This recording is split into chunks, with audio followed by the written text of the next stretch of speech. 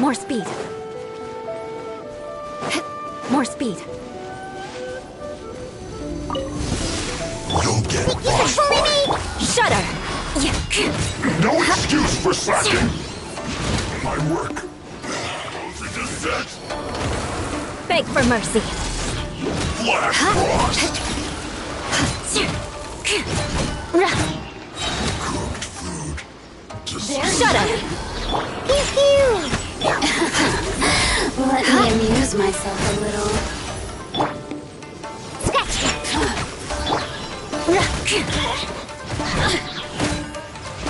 Look at me. Just once.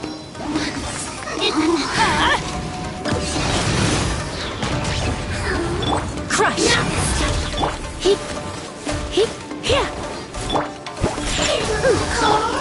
Get out of here! Out of the way!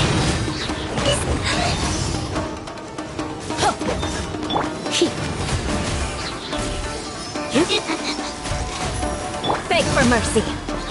Shaken and stirred.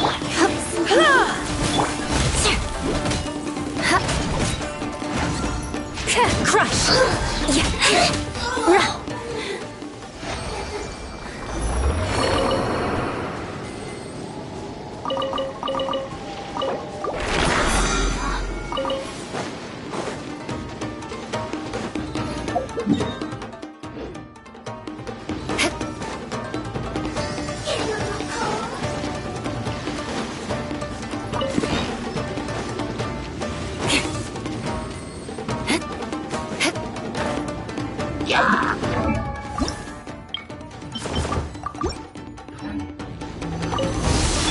Think you can bully me?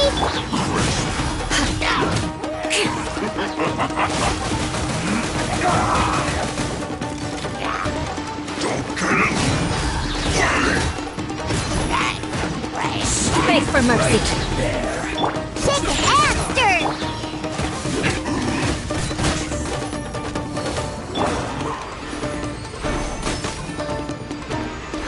Let's end this quickly! Think you can bully me? I slipped up. Crush! I guess this is it. No excuse. I can't run. I miscalculated.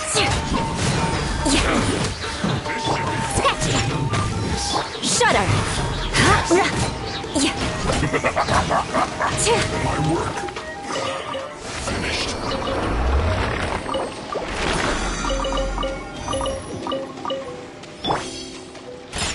Can't handle your drink.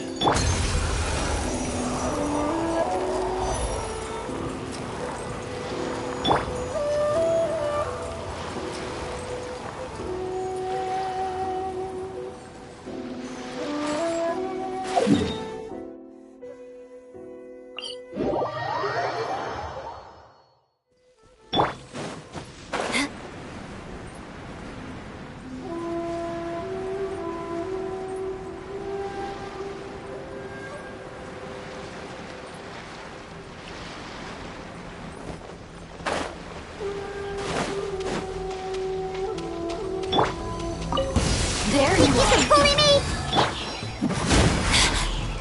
I hurt you. Crush! Where are you? Shudder! Barrier. Purging transgressions! Shaken and stirred. I condemn you!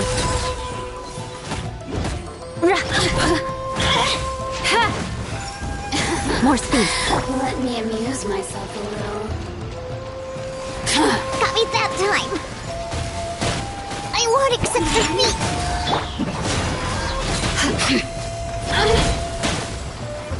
Look at me. Guess I got my comeuppance.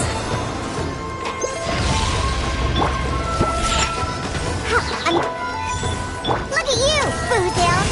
Beg for mercy. Where are you? Shudder!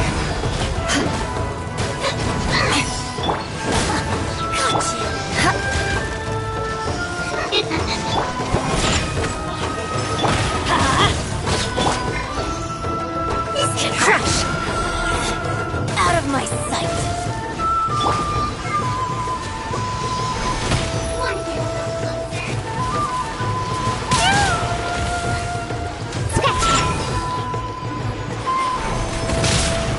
Shudder! Got you. Crush! Shudder! Your Majesty's power flows through me. Think you can bully me?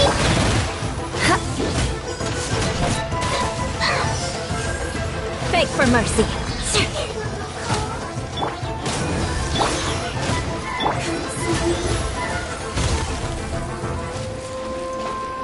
Hit, ha, One after another. Scratch.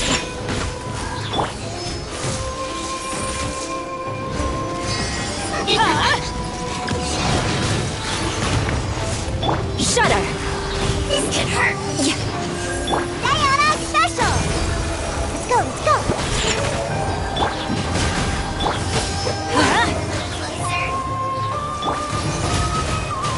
Crush. Ha. Ha. Shudder. Ha.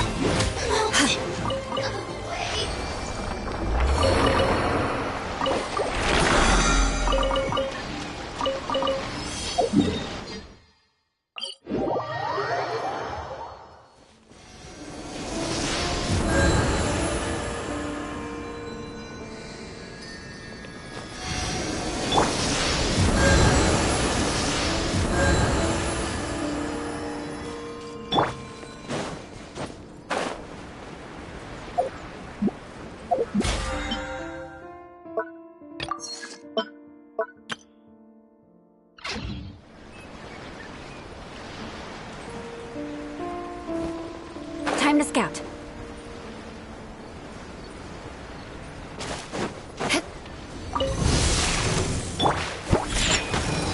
Beg for mercy. This first.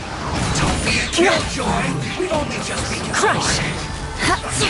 I feel Shudder. Rack and ruin. Shaken and stirred. Impertinent fool. Be gone.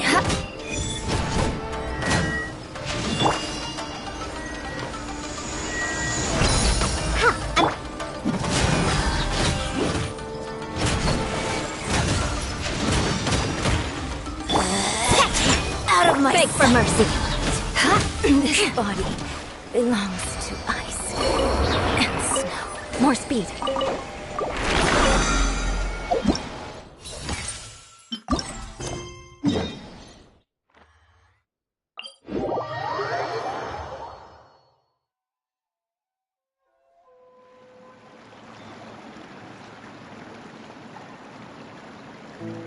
So, who is this escoffier anyway?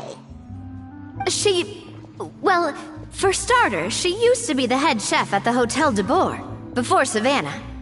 She recreated the legendary Gâteau de Boer and restored the restaurant back to its former glory. Safe to say, she's the most renowned head chef in the Hotel de Boer's history, after the culinary genius Modeste himself. Gâteau de Boer? That's the super exclusive cake that they only sell a few slices a day, right? Wow. Why the heck would she let Savannah take her place? Well, apparently, the Hotel de Boer was reported for a safety incident. Someone claims that the kitchen was adding an illegal substance to their menu. But none of the chefs had any idea how it could have gotten into the food.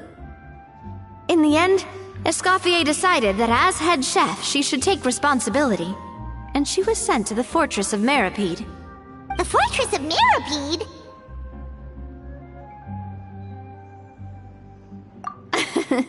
Well, you're right. The quantity of the substance they found was fairly minimal. Even the guards believed the whole thing was probably just an accident. Escoffier didn't have to stay in the fortress for long, but still, by the time she returned, the role of head chef had already passed to Savannah. So that's what happened. Paimon still thinks it's really unfair. Even though Escoffier is no longer head chef at the hotel, she's still well respected by the staff. So, I'm guessing what Monica wants is for us to convince Escoffier to try and negotiate with Savannah on the staff's behalf. Oh, Paimon gets it! Monica wants Escoffier to come back and kick Savannah out. It's simple. If the new head chef is stressing everyone out, then the solution is just get the old one back. Well, about that... You thought cream of mushroom soup was ready to serve after 3.5 minutes on the stove! You'd have had more sense serving hot water with ice cubes. At least then you wouldn't have wasted all this perfectly good cream and mushroom! What do you say, Hilaire? I'm sorry, Cream. I'm sorry, Mushroom. As you can see, Escoffier is that kind of chef as well.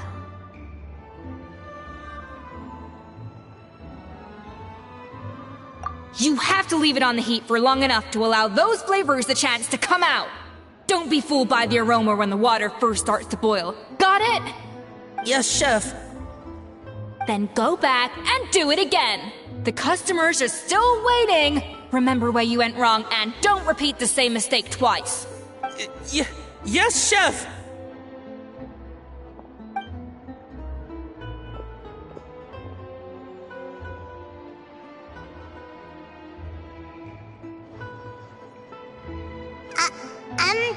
Excuse us, Waiting to be served? Sorry, we're pretty busy. I'm afraid you have to join the line. Oh, no, we're not here to eat. So you're not paying customers? Then I'm afraid the wait will be even longer. It's hard to talk to Escoffier when she's in the zone. Let's take a seat. We can catch up while we wait.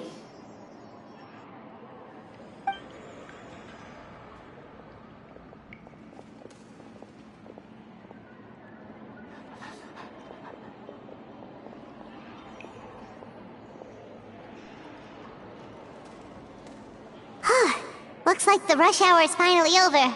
Is it always this busy here? These days, yes. I'd say business has tripled since Escoffier joined as temporary head chef. Well, in her words, the Hotel de Boer doesn't need her anymore. It doesn't look like she's got any plans to go back. I guess I'll be heading off then. Wait, take these home with you. We can't serve them now, and there's no sense in letting them go to waste. Oh, thank you, Chef. For what? Like I said, I just don't want them going to waste. Oh, and tell Fiamma to get well soon, so you're not running yourself ragged every single shift.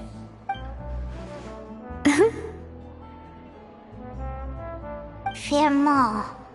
That's the second time we've heard that name. Who is that again? He's the chef that fell ill from stress. Hilaire is his son, and with Mom stuck at home taking care of Dad, he decided to pick up some work to help pay the bills. Escoffier knows their situation, so she's been making some extra food every day for him to take home. Hey, I heard that, Navia! I've told you before, no one's making extra food. Hilaire is making blunders in the kitchen, and I can't serve his failed dishes, so he might as well take them home. Yeah, failed dishes that just so happen to be nutritionally complete every single time. So you two must be the world-famous traveler and his companion, Paimon. Yes? Is there— Oh, so you know us already. We'll skip the introduction then. We're here to talk about Savannah.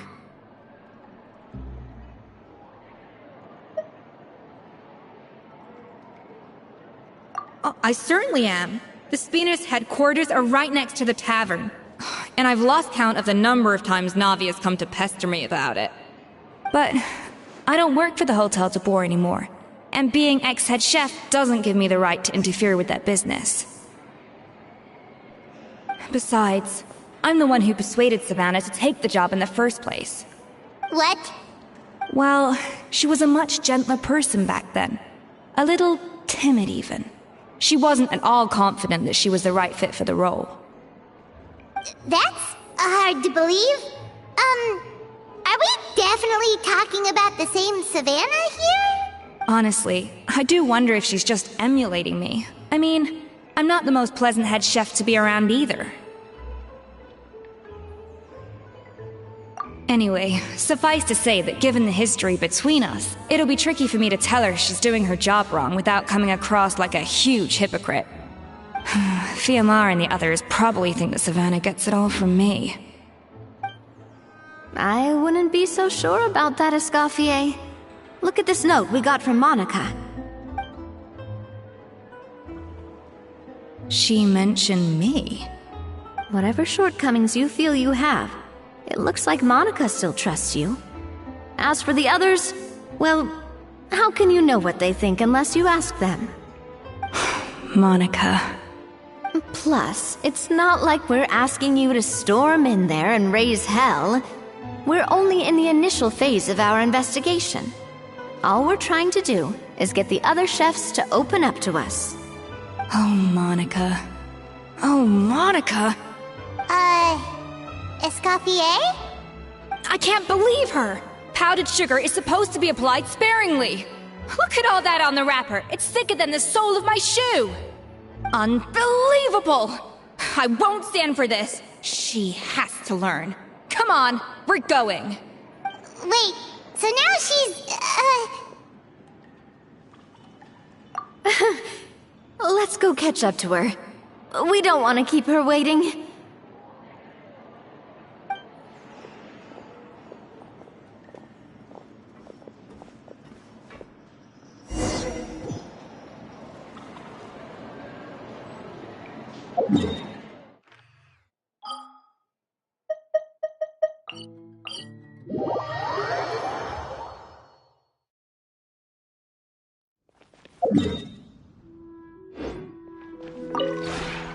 would you care to...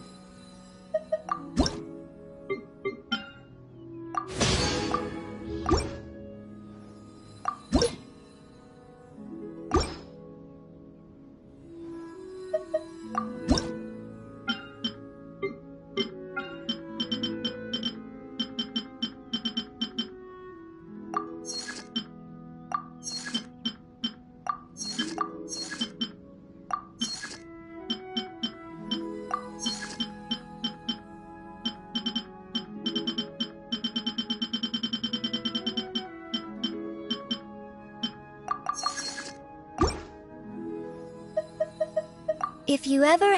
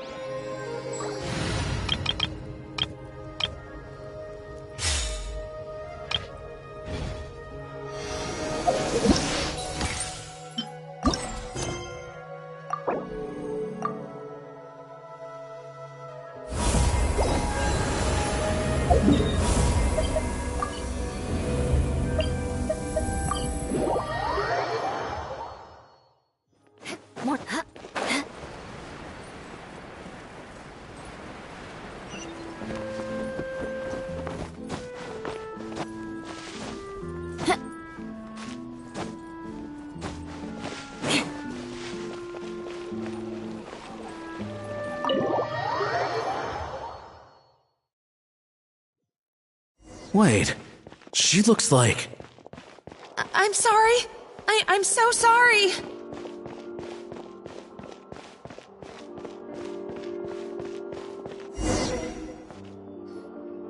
I'm sorry, I'm so sorry. I messed up your order.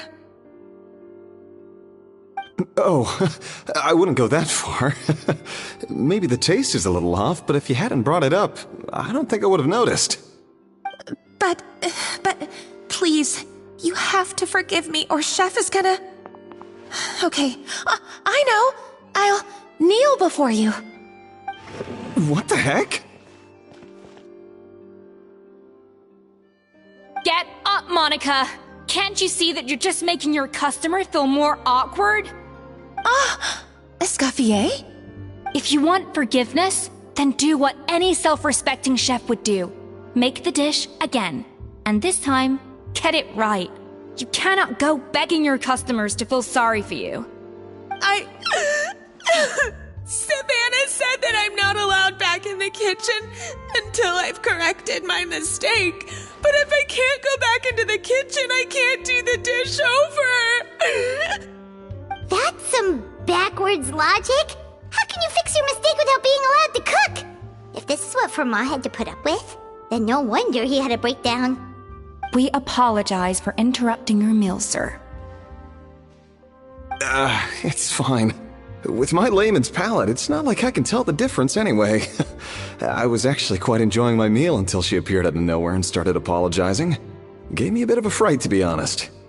Oh, well, it's because Chef Savannah tasted a bit of the leftover soup from my pot and then threw me out of the kitchen. Gosh, that's pretty strict. Has she always been that way? I don't recall things being like this when Escoffier was head chef here. I gotta say, you're all looking a little worse for wear these days. I mean, Escoffier was strict too, but I think the difference is that her criticism was more constructive, so you knew what you did wrong and how to improve, and we all knew that it came from a good place. Chef Escoffier was hard on us because she truly wanted us to reach her level. But these days, whenever we make a mistake, we just get told to wake up, get your head in the game, or just do it again. And it's only gotten worse since word got out that Chef Escoffier had started working again in the Fleuve Cendre. Monica, you don't need to call me chef. I'm not the boss here anymore. Yeah, but through no fault of your own. What happened back then? That wasn't on you, and all of us know that. That banquet was a huge event, and so many staff were involved every step of the way. With so many moving parts, there's no way of knowing how that lumiline ended up in the food we served. Lumiline? What's that? A new drug from the Fontaine Research Institute, produced from an extract of the lumitoile. Apparently it sharpens the senses, so they used it to treat people with impaired responses to stimuli. Oh, yeah, I've heard about that. They found out you can use it as a flavor enhancer since it stimulates the taste buds. Makes things pretty addictive. They also found that overuse can have mood-altering effects, and even lead to nerve damage. So it quickly ended up on the guards' list of controlled substances.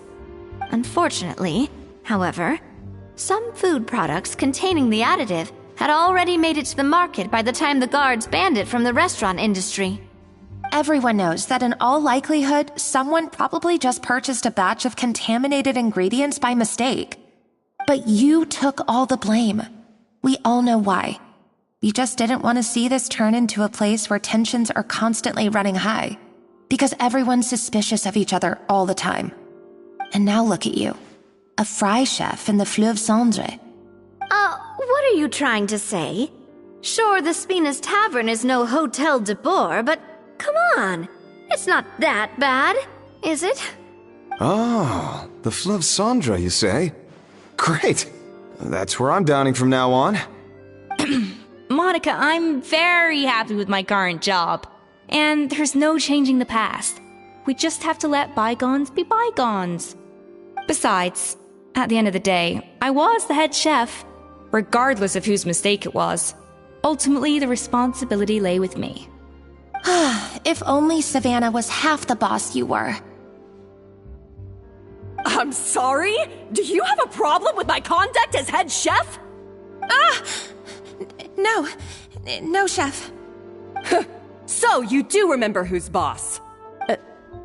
Escoffier? I thought you'd left this place for good. What are you doing back here?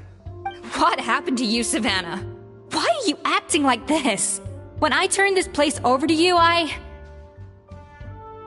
You made me the head chef and gave up your right to tell me how to do my job.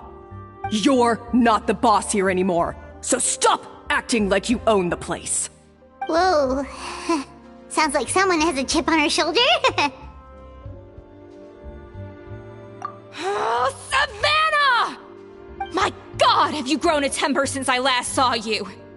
Have you put even half the amount of energy into improving your cooking skills, or are you still using the Pluie Lotus as an off-brand marcotte, thinking no one can tell the difference? That's none of your business! What happened to not storming in and raising hell? Ho ho! I was not expecting to see something this spicy as soon as Escoffier returned. Huh? Fan-Asian? Aye, miladies. Might I make a humble suggestion? Given that we have ourselves a tête-à-tête between chefs at the Hôtel de Bord, I dare say it would be de rigueur to settle this the traditional way. The traditional way? That can only mean one thing.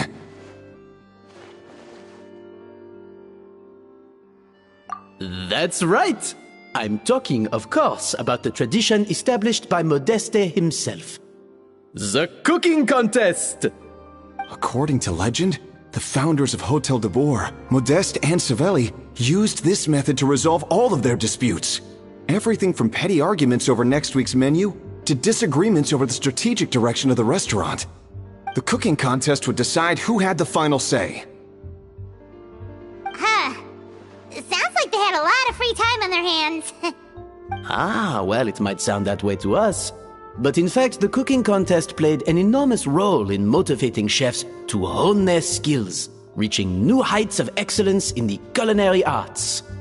And indeed, the reintroduction of this institution in recent years has surely been instrumental in transforming the Hôtel de Bord into the top-ranking restaurant in Fontaine. Reintroduction? Someone brought it back? Who? What say you, Escoffier? Surely you of all people won't back down from this challenge. It was you who put the rule in place, after all.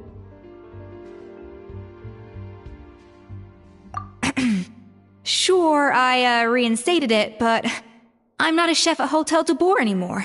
Isn't this bending the rules a little? I see no issue as long as both sides agree to the terms. We could simply treat it as an exhibition of sorts. Savannah, any objections? Exhibition. Huh. No, if we're going to battle it out, let's put it all on the line. If I lose, it's up to you what happens to me. I don't want anything to happen to you. But if you lose, you hand over the Codex de Bord to me. What? The Codex de Bord?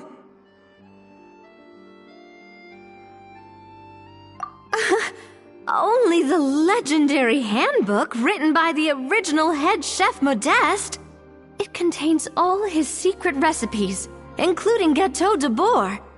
It's the greatest treasure in Fontaine's culinary world. And only the present and former head chefs of the Hôtel de Bord have the right to read it. Present and former? Wait, but that already includes Savannah, though.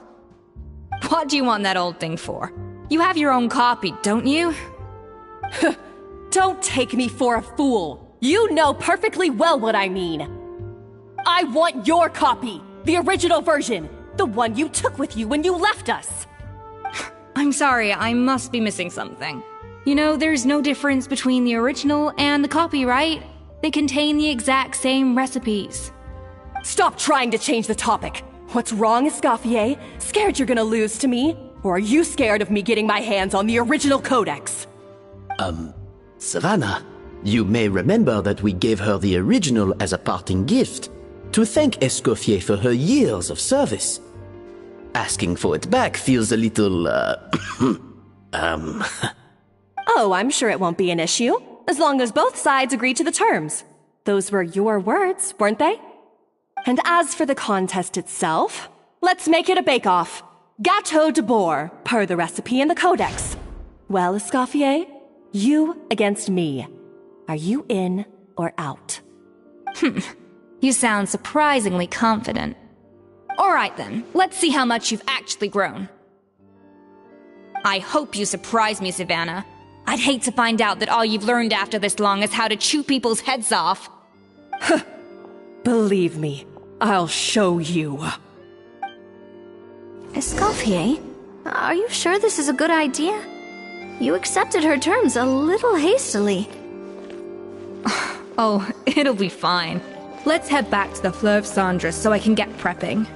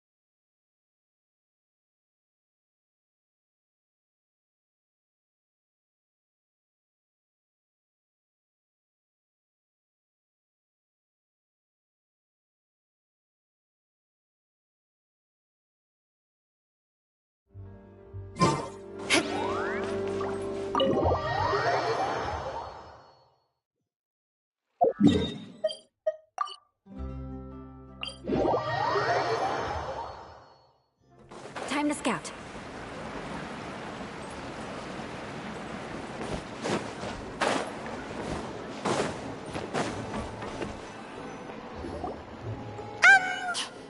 So, this whole bake-off thing kind of came out of nowhere. Was it really sensible to just go along with it? Well, I got a sense that she's holding something back. But we chefs always express ourselves in our cooking. So if she won't talk, this might be the best way to find out what's really going on with her. Huh? Holding back? Escoffier only picked up on it because she's the same way. Always closed off, never letting you know what she really thinks. That's patently false, at least where your macarons are concerned. I've been nothing but truthful with you about the disgraceful amount of sugar you use. Okay.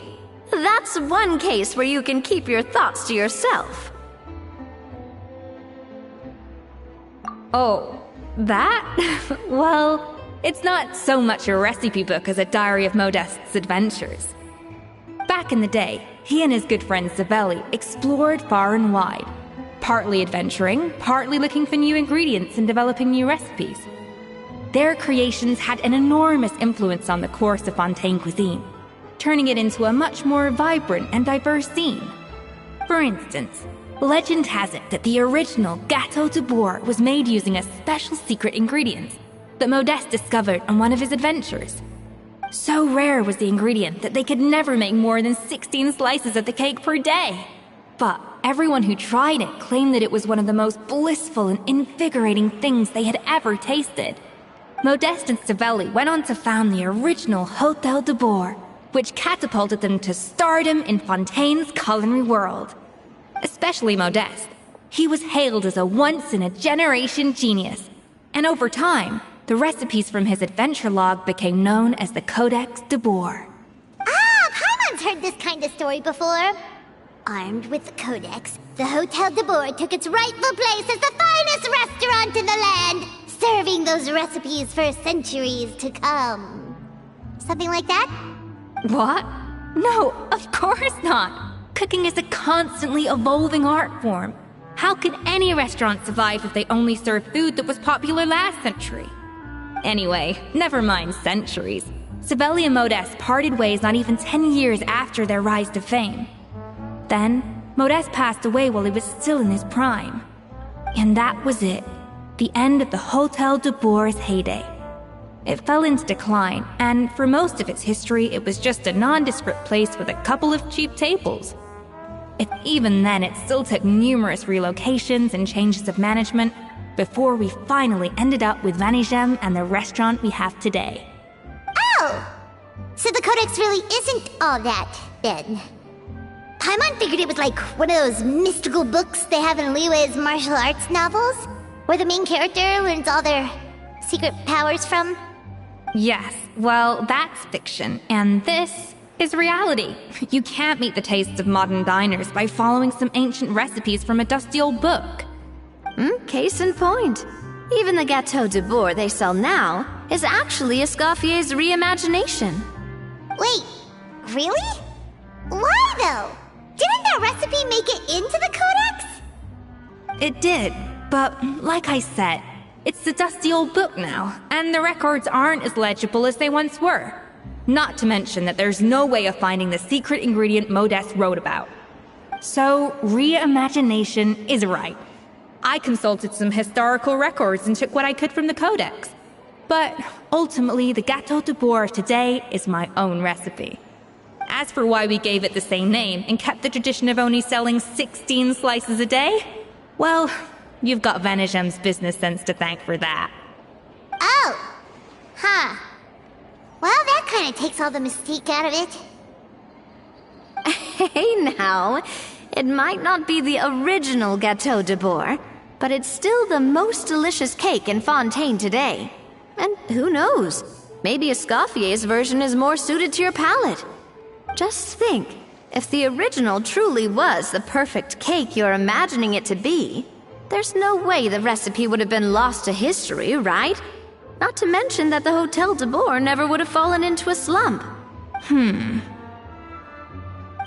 Anyway, before I left my role as head chef, I made a copy of all the recipes from the Codex, including my own improved versions, and turned them over to Savannah. So why is she so interested in the original copy? Could it be a symbolic thing? Like, whoever holds the original Codex de Boer is the true head chef? Well, it was clearly precious enough to give to Escoffier as a parting gift. Meanwhile, Savannah only got a copy. Maybe from her point of view, it's like management doesn't truly see her as being worthy of the role. You think so? The only thing is, it was her suggestion to gift me the original in the first place. Well, a joint decision by her and Vanigem. But still. What? Huh. Guess she's had a major change of heart since she became head chef. Yeesh. Who knows? We could speculate forever. Better to just let our gâteau do the talking. It means vesting her in this bake-off, and then getting her to explain herself, even if I have to beat it out of her with a spatula. However much she's changed since we worked together, I believe that she still has her chef's pride. And if she respects the art, she'll respect the outcome of our contest. Well, I'm confident that you and your spatula can get justice for Froment. All you need to do now is win the contest. But that should be a breeze for you. Let's not get too ahead of ourselves. Gâteau de bourre is very complicated to make. Usually, it takes 3 chefs working in tandem to cover everything. Now, if I had to push it, I could probably do the work of 3 chefs myself. But I'd prefer to play it safe if I can find a couple of assistants in time. Well, that's easy. The 3 of us are veterans in the kitchen. You just need to pick 2 of us. Well, I have heard the Traveler is an accomplished cook, as well as a warrior. But be warned, I will hold you to exceptionally high standards. Think you're up to the task? Oh, count me in too. I've spent weeks perfecting my macarons after your scathing review. Even if it means competing against the Traveler, so be it. I'll show you what I'm made of. Confident. I like it. Alright, let's start with some elementary mise en place. Show me your knife skills. I've always called it chopping stuff up, not mise en place. But it's basically the same thing, right? Oh, Navia. Looks like you found that easier than I expected. Yeah, thankfully it was pretty straightforward in the end. You made it sound like we'd be carving statues out of fruits or something. Well, brace yourself, because the next step is anything but straightforward. I'll be using this cold press to extract flavor compounds from the ingredients.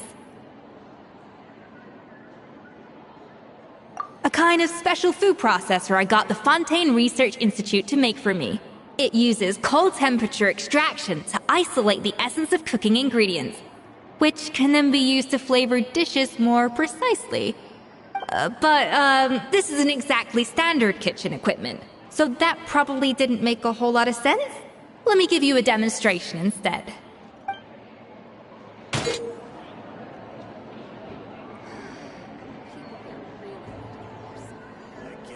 Custom-made equipment from the Fontaine Research Institute, huh? That's some pretty high-tech food prep. Paimon's never used anything this weird before. Cool! And done. These are the flavor compounds extracted from our ingredients. I processed all the fruit you chopped up earlier. Wow! Even the smell is so much more concentrated. What next? Do we add all this stuff in? Absolutely not! Throwing everything in at once will ruin the balance of flavors. We have to go slowly and carefully to calibrate the exact flavor we want. I'll demonstrate again. Now, watch closely.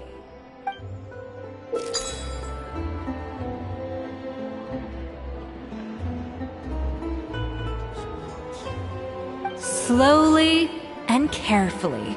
Not a drop too much, and not a drop too little.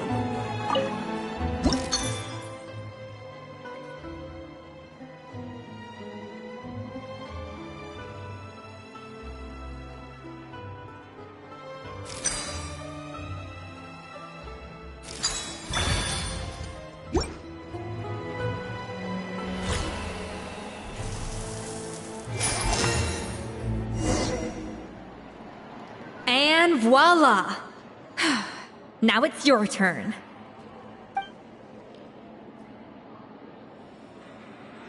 Not terrible. Considering this was everyone's first time blending flavor extracts, it could have been worse. But the Traveler's work was surprisingly good. Are you sure you've never done this before? You got almost perfect results on your first try. That goes without saying. Still, credit where credit's due. You did well. Alright, now for the part I've been looking forward to. I want each of you to cook something from the Hotel du Bourg's current menu. I'll judge your submissions and give you a final score. That's right. The true test of your cooking skills is the finished product. It'll be good practice for the contest itself. Now get to it. Chop chop!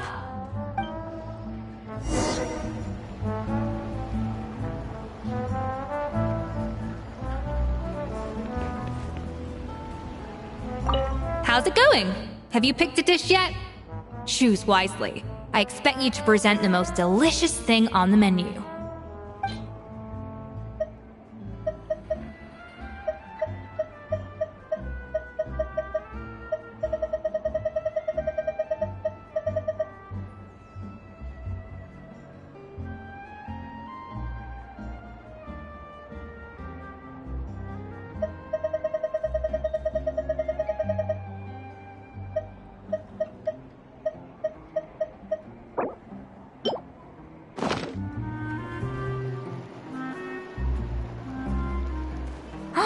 Look at that! With the grace of a snow-winged goose, as I like to say. Now, let the grating commence.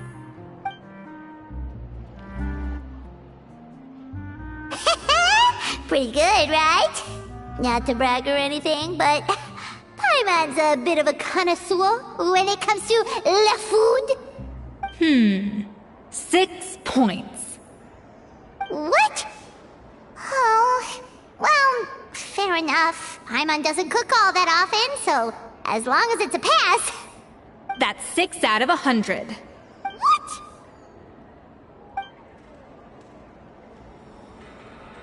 You say you're a connoisseur, but it's quite clear from this dish that you have far more experience consuming food than creating it. By that logic, I suppose you think listening to Lady Farina on repeat every day would make you an opera singer. Aww. Me next! I'll have you know that this batch of macarons has 2 whole tablespoons less sugar than my previous ones. So you went from 12 tablespoons to 10? Well, it's nice to know you actually measured it out. Because it tastes like you just threw in whatever was left in the jar. 6 points. Aww.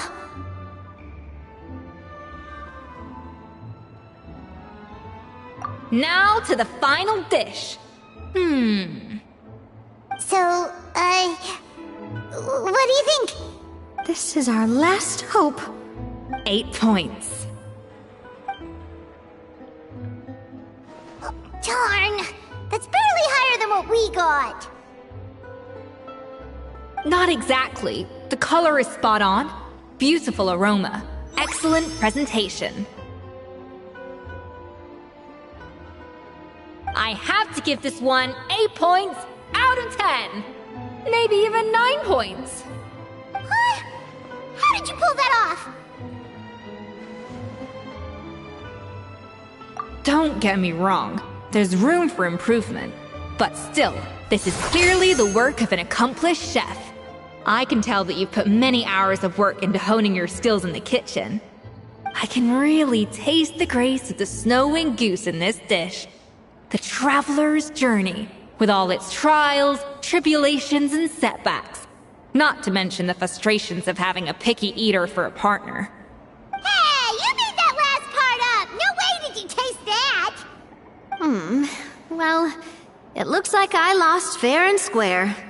I guess you'll be taking the Traveler as one of your assistants then? But if it takes 3 chefs, that still leaves 1 slot remaining. Maybe Paimon and Navia should keep practicing and see how it goes? Chef Escoffier! Oh, it's Hilaire! What brings you here? I heard the news about the cooking contest. You're doing Gâteau de Bourg, right? I was just wondering if you needed any help? And you think you're up to the task, do you? Oh, no, I know I'm not there yet. It's actually my dad who wanted to help. Firma, last I heard, you could barely get out of bed. Chef Escoffier, Navia, Traveler, thank you all so much for everything you're doing for me and my family. I've had enough of sitting around at home while you run yourselves ragged.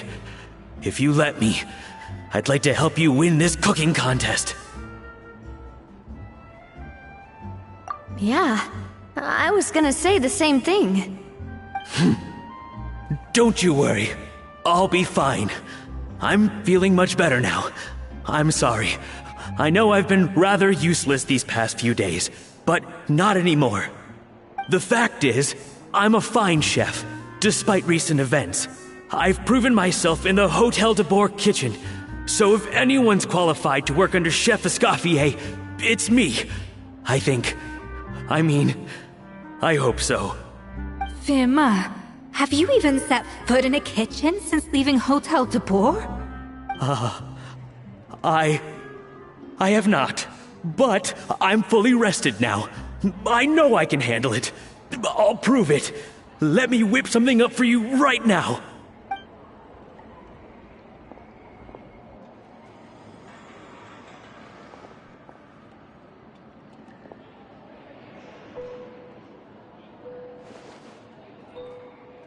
Huh? That's strange. Why are my hands shaking? What do you call this, Firma? I can't seem to grip my knife. Do it again! Again! Again! I... Hopeless. Get out of my kitchen yesterday. Dad, what's wrong? I don't understand. I was feeling so much better, and then Will I never be able to work in a kitchen again? Dad, talk to me. What happened? I think the real issue here is not physical exhaustion, but psychological trauma. Monica, when did you get here? Probably because you were all concentrating so hard on your cooking. I didn't want to interrupt your flow. But anyway, Firma, I'm so sorry. If only I'd known how serious your situation was, I would have stood up for you sooner. You have nothing to apologize for, Monica. During those long nights of redoing every order, you were the only person who looked out for me. Oh, come on. All I did was make you some tea.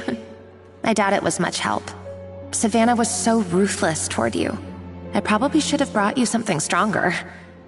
She sounds like the worst. All right, another Savannah horror story. Let's hear it. She's been getting harsher and harsher on us ever since she heard about Escoffier's new role in the Fleuve Cendre. Seems like no matter what we make, she'll find something wrong with it.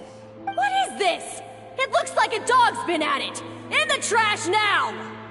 Then she orders us to redo the dish again and again, but we never know what's going to make her happy. Do it again, do it again, do it again! Every time you remake it, you just get another earful from her. Either straighten yourself out, or get out of my kitchen! So now, it seems like just picking up a kitchen utensil gives me flashbacks of her yelling at me. Oh man, that must be awful. The more I want to get it perfect, the more my hands shake, and the more scared I am of making another mistake. How can you give up so easily, Firma? You weren't a quitter when you were working for me.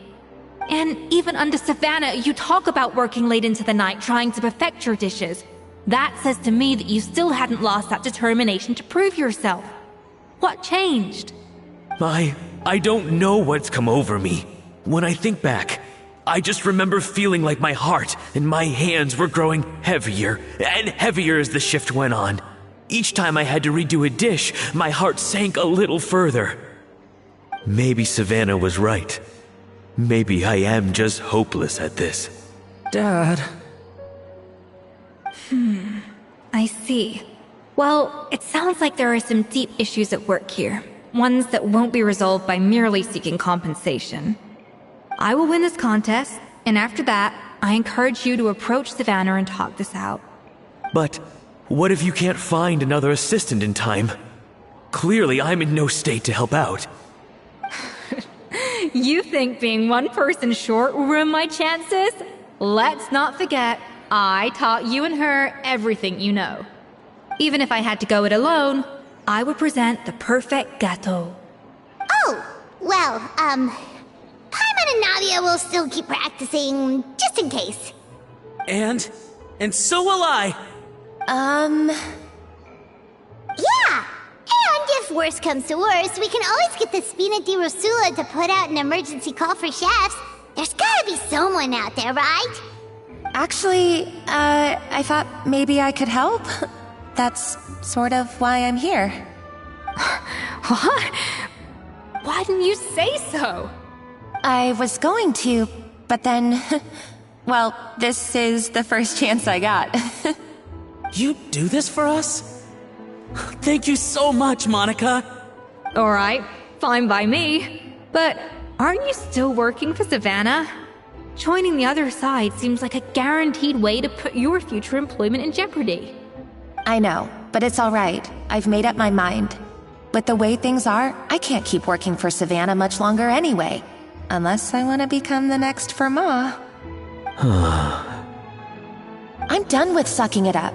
It's time to try and turn things around. If this cooking contest can get Savannah to see the error of her ways, then I'm sure she'll forgive me for this. Well, Hyman didn't think we'd be poaching from Savannah's staff to get our third person, but there you go. Anyway, Monica's a professional chef, so nothing could possibly go wrong now. Great! Then it's settled. And to congratulate you all on making the team, I propose a Spina-sponsored meal to celebrate. Spina-sponsored? Wait, you mean I'm cooking? Well, I promised the Traveler a feast in the Fleuve Cendre.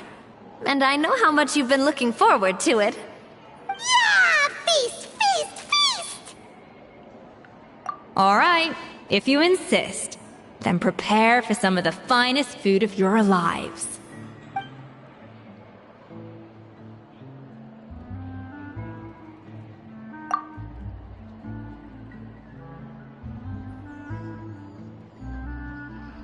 That's not a bad idea, actually. Wait, hold on. You need to finesse that further.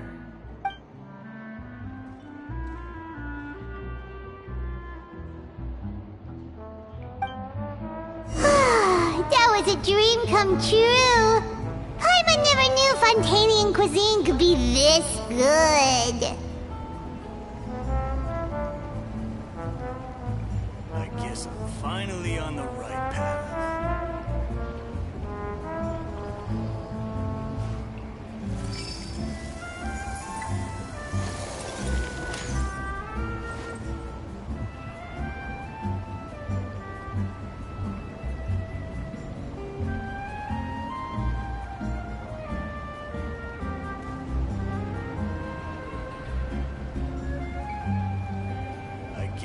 Finally on the right path. You want to learn some Favonia's blade work? Alright then, I'll teach you. Oh yes, I'll teach you alright. Mark my words.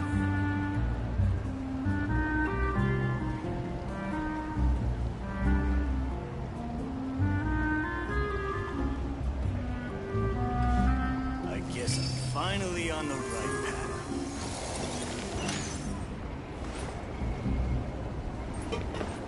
More speed.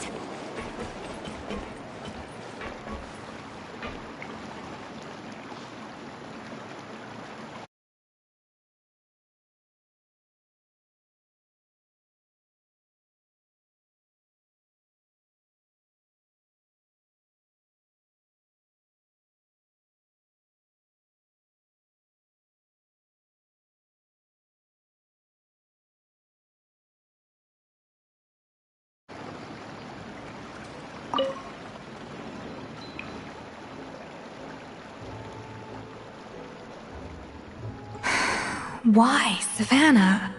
Why? Oh, nothing. I was just flicking through the original Codex de Boer. I wanted to see if there was anything I'm missing. Something I hadn't noticed before. That might explain why Savannah's so desperate to get her hands on it. But I can't find anything. It's just some hastily scribbled recipes in between diary entries from Modest's adventuring phase. And most of it's not even legible anymore. The copy I gave her not only has all the recipes in full, but even includes my own private tips and notes from years of experience. Surely that's infinitely more useful than this old thing. Yeah, maybe.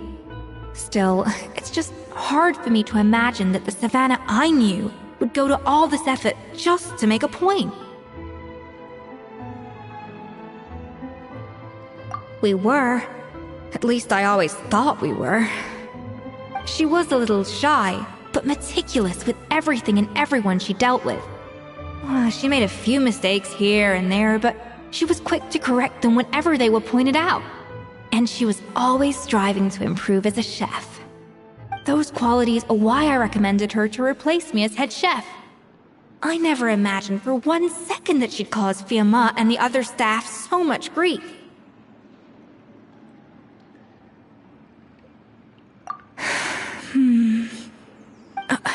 Well, I mean to an extent, of course. I pushed hard for her to get the role.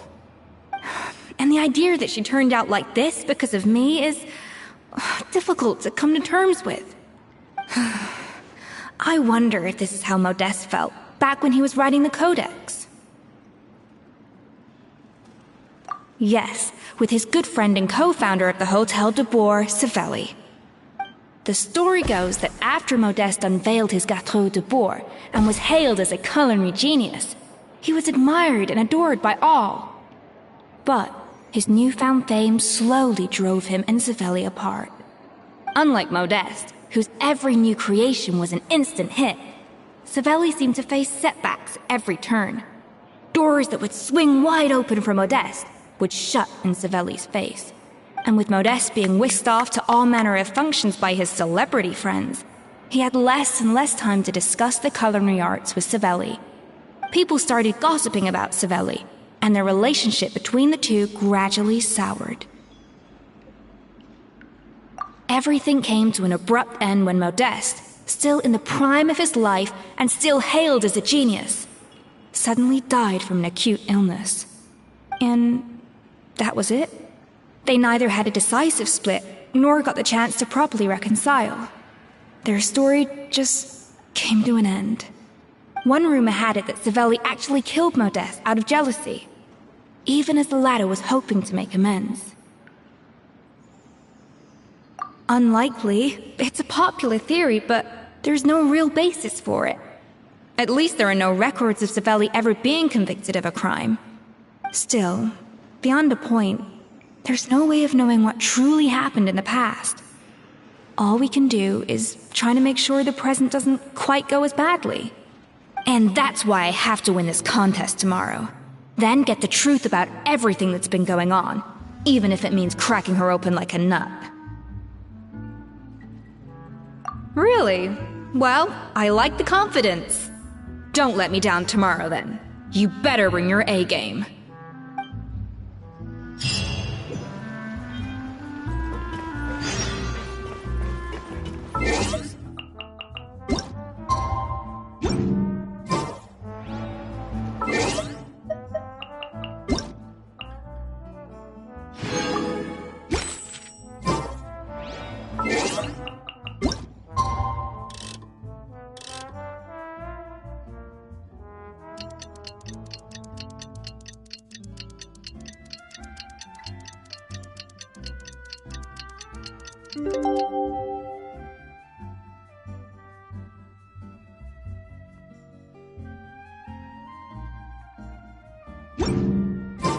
It's Cooking Contest Day! To the Hotel de Boer!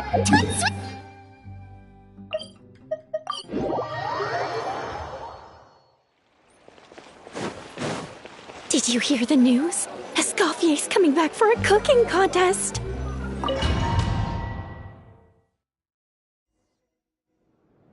Mesdames et messieurs, welcome one and all to the Hôtel de Boer and to this most exciting of cooking contests.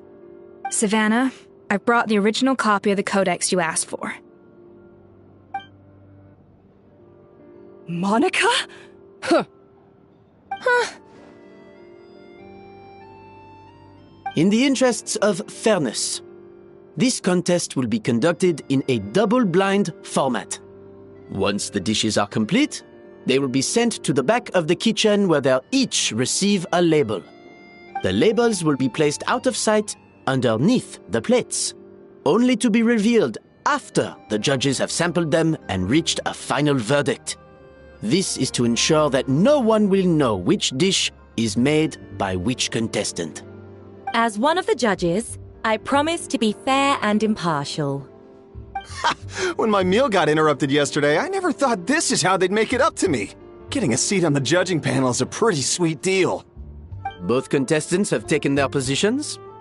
Then, without further ado, let the Hôtel de Bord cooking contest commence!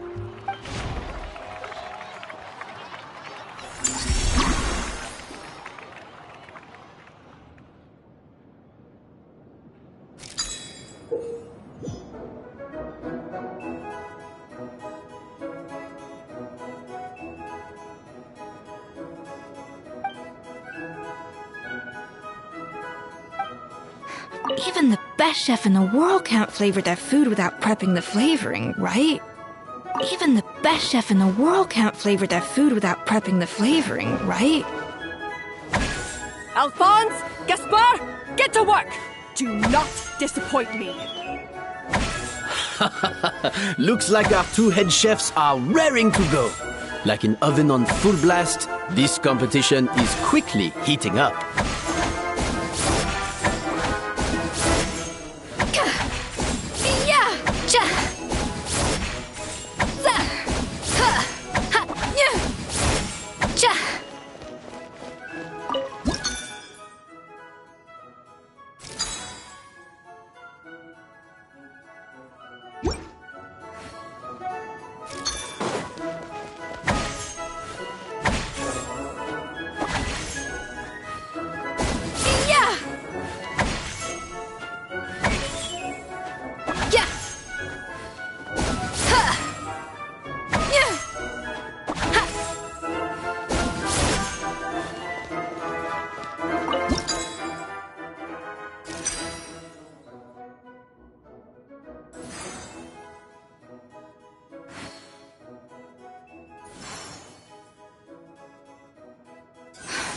Stay calm, Escoffier. There has to be a way to balance the flavors.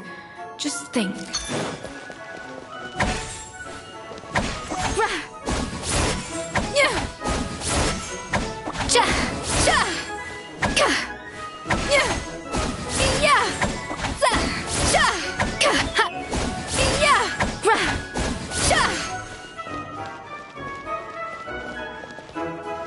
A dash of frosting! That should be enough flavoring. Now hurry up and balance the flavors.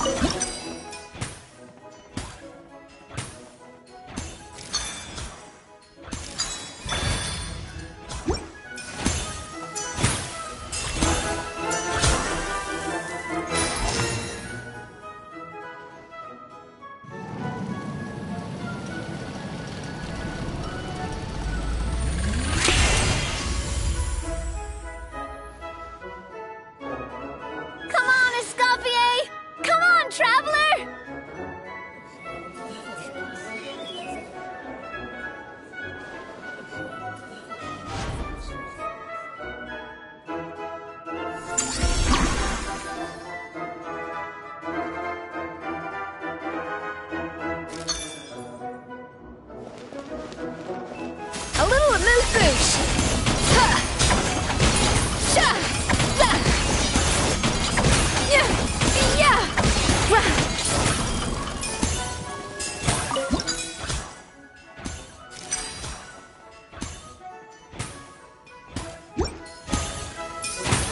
Alphonse! What are you playing at? That's not how I taught you to do it! Stop horsing around!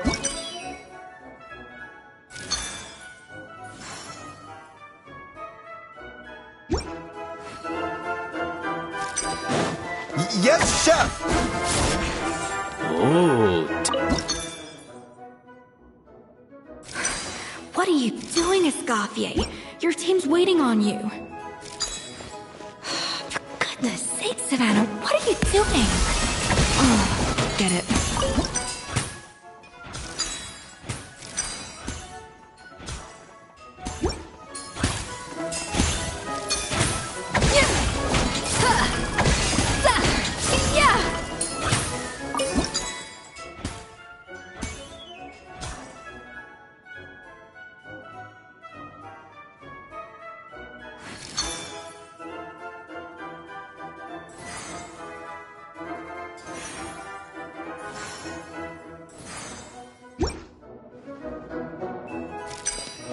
to the freezer! Sha! Ha! Ha! Yeah! Sha!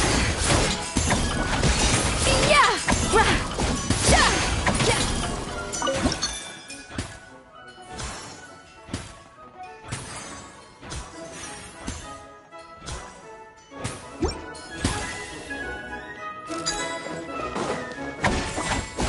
Yeah!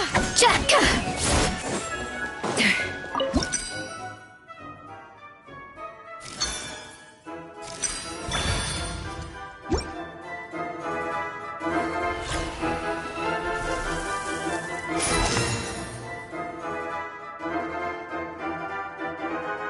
So, what do you think?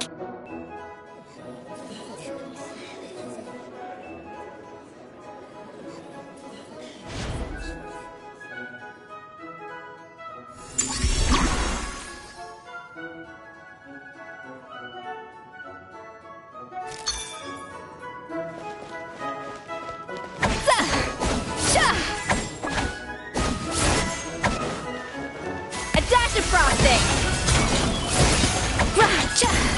Escoffier is already on the final...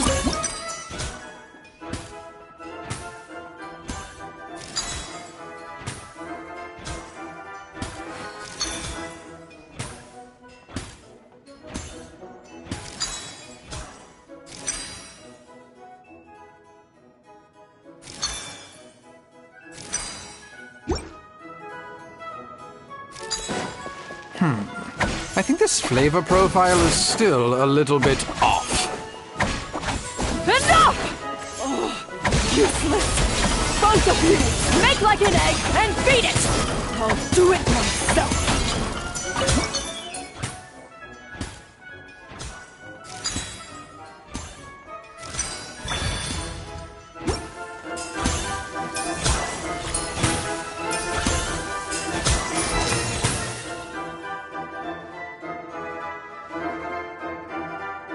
You can't match Escoffier's talent.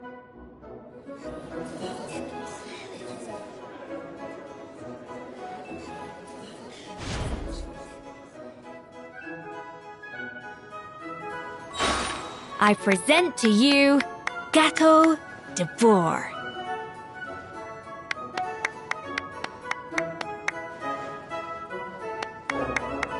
The pinnacle of excellence!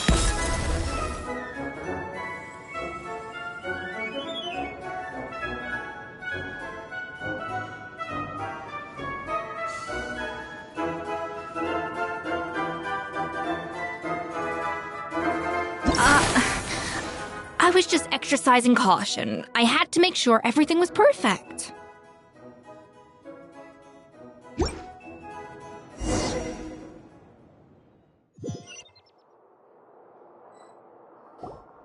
Time's up! Contestants, please take your dishes to the back.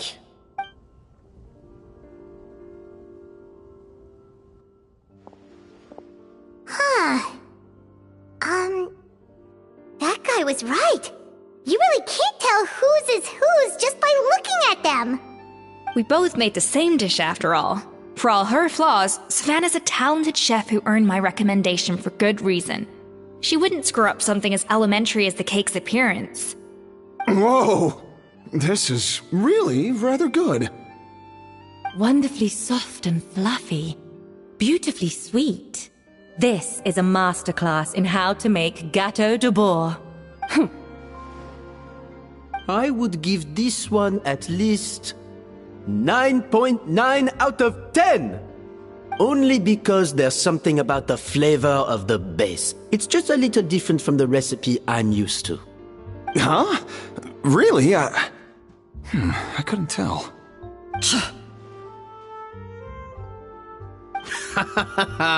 All right, on to gâteau number 2. I haven't had a single bite and already this aroma is a delight to the senses. I have a feeling that this gâteau will be a gâteau for the ages. How exciting! I'm gonna dig in.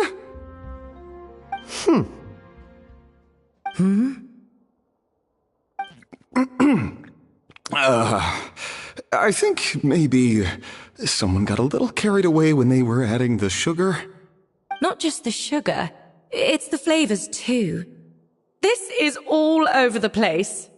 Who made this? It appears the decision is unanimous. This gâteau is far below the standard we would expect. Whew! And Paimon thought this might actually be close. Turns out she can't bake to save her life. Something's not right here. Savannah may not be perfect, but no way is she this sloppy. I can now declare that the creator of the first gâteau has won this cooking contest. Now, all that remains is to turn the plate over and reveal the chef's name underneath. What? It's Savannah? No! That's impossible! Hey, Savannah! You cheated, didn't you? You cheater! What did you do? Oh, you swapped the plates, didn't you? Well, someone's a sore loser. These cakes went from the oven to the judge's table without me ever laying a finger on them. And everyone here can attest to that. It was Van Gem's staff who labeled them in the kitchen. If you're looking to accuse someone, why don't you start with them?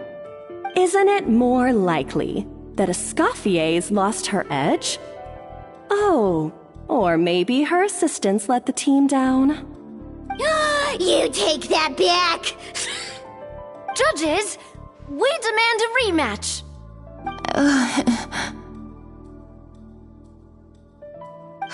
That's enough! What's done is done. As head chef, or rather as team lead, I take responsibility for the dish I served.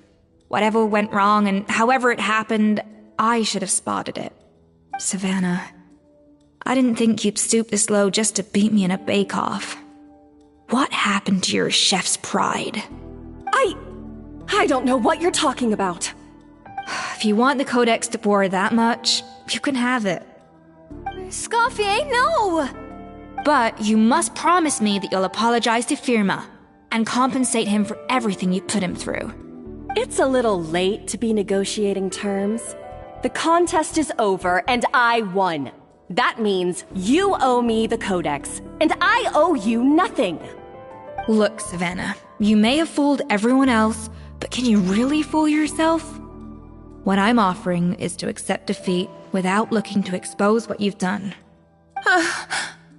But only on the condition that you promise to stop putting so much pressure on your staff. Fine. I'll treat this as your final handover of duties from one head chef to the next.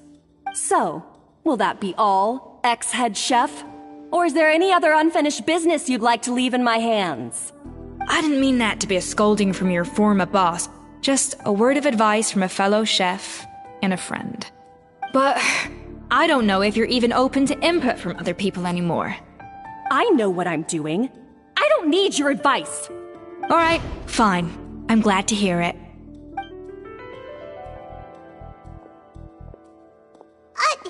Escoffier!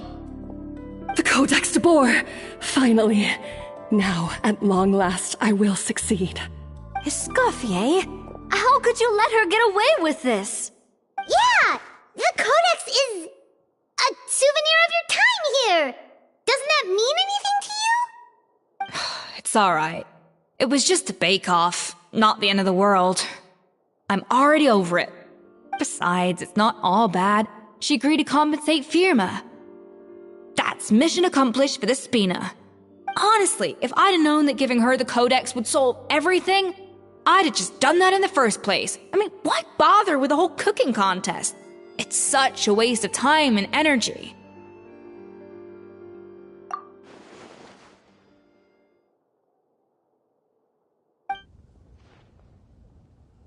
No.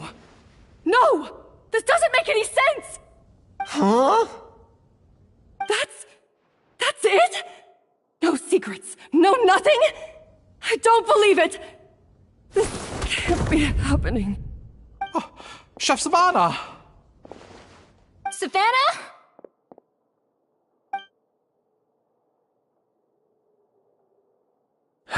It's nothing life-threatening. Just a lot of pent-up stress and exhaustion. Oh, I knew it. Pent-up stress? The truth is, however hard she might be on the rest of us, the person she puts the most pressure on is herself. Yes, there are nights when she makes us redo things over and over into the wee hours. But for her, it's every night. She'll hide herself away in the kitchen, working on new techniques and recipes, and only realize how long she's been at it when we come to work the following morning. But why? Why would she do that? Our best guess is she doesn't want to be seen as less of a chef than escoffier. And there it is. Even so, that's no excuse for taking her anger out on the rest of you. Yeah, and it's definitely no excuse for cheating in the cooking contest. About that, we honestly have no idea how she did it. We were focused on our own work the whole time, like she asked. Leone and Argalia were the ones I tasked with labeling the cakes. I've already spoken to them both. They're at a loss to explain it too. Not to worry. Come on, join me downstairs. I'll interrogate the guilty gâteau myself.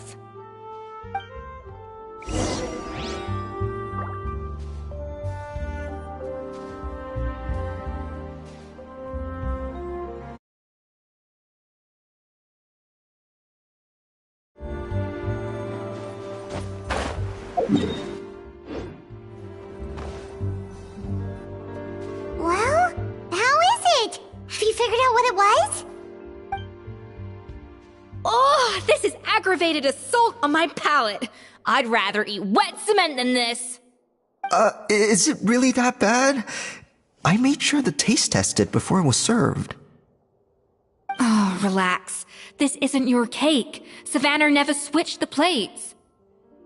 The offending flavors are coming from in between the icing and the cake base, which means someone tampered with it while it was being made. Or in other words, we have a traitor in our midst. I'm sorry. I was forced into it. It was Chef Savannah. She said if I didn't cooperate, she would... Calm down, Monica. I've already accepted defeat. And if I wanted retribution, I would have brought this up when the results were announced.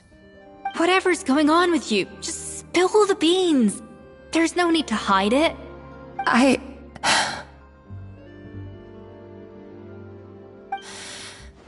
I was the one who caused the food safety incident that one time. Food safety? Wait, you mean the Lumaline incident? So you procured the contaminated ingredients? I think so. Savannah and I were on procurement that day. I didn't check everything as well as I should have, and so I let contaminated ingredients make it into the kitchen. But I swear I didn't do it on purpose. I had no idea there was an issue with them, and I didn't know it would end up with escoffier going to jail. But the last thing I expected was for Savannah to use it as leverage to blackmail me with... This is crazy! So Savannah pressured you into sabotaging Escoffier's cake by threatening to expose your secret if you didn't? I know, it's terrible. I'm so sorry. I was so scared. The thought of Chef Escoffier finding out that I put her in jail, it made me freeze up with fear. I thought Escoffier would hate my guts if she ever found out, and yet somehow that's ended up in me doing something even worse.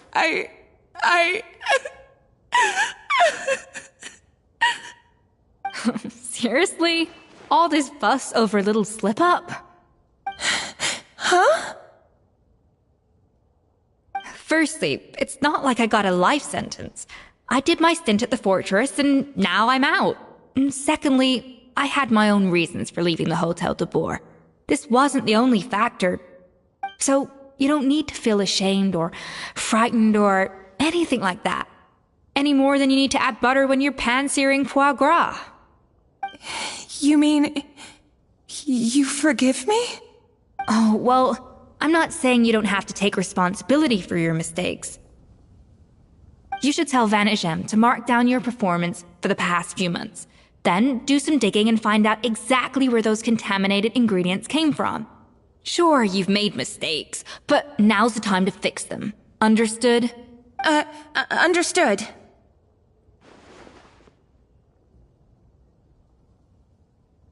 Good. Now, back to Savannah. What about the original codex would compel her to resort to blackmail? I have my suspicions.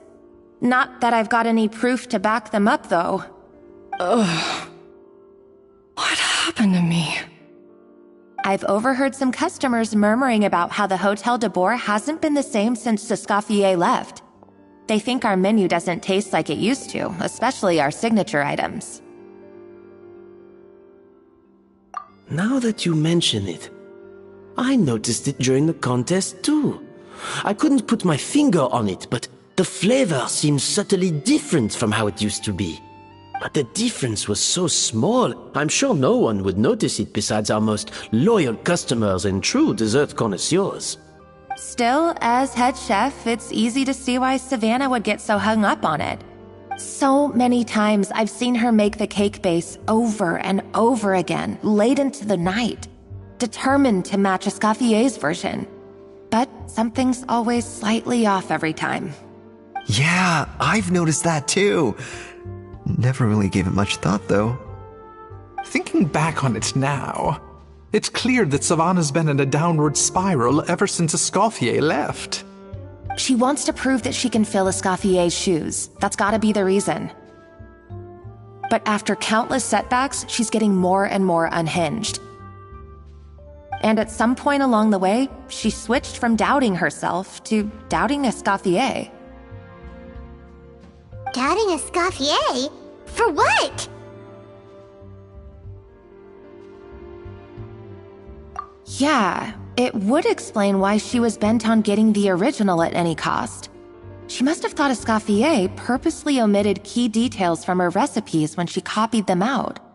Also, she could retain her place as the #1 chef in Fontaine, the only one privy to all the secrets of the trade. Oh, for goodness sake, what a stupid idea. Of course. Then she finally got the codex only to discover that the secret recipes she's been pining for don't exist at all.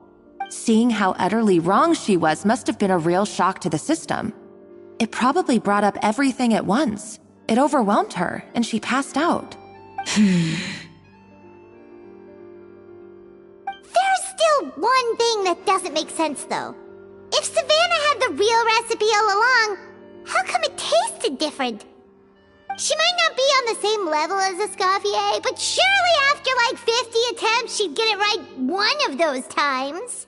You'd think so, but geniuses like Escoffier are in a league of their own.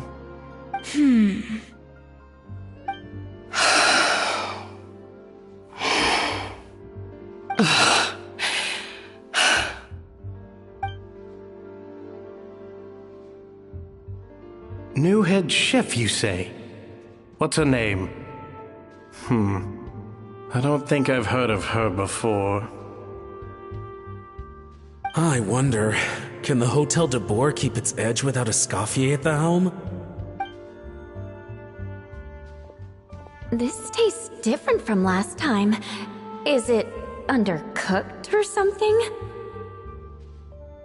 Ugh!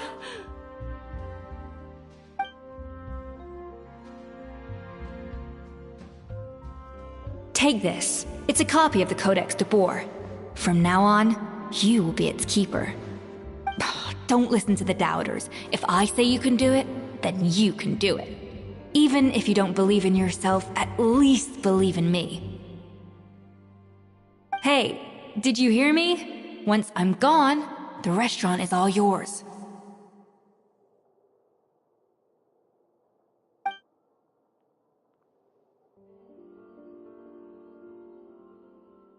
All this time, I've been blaming other people, but maybe I'm the problem.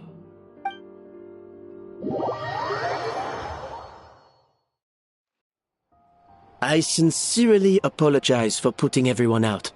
Savannah's awake now, but I don't think she's ready to speak to anyone yet. Let's give her the day to calm down. I'm sure you'll have the chance to talk everything out tomorrow.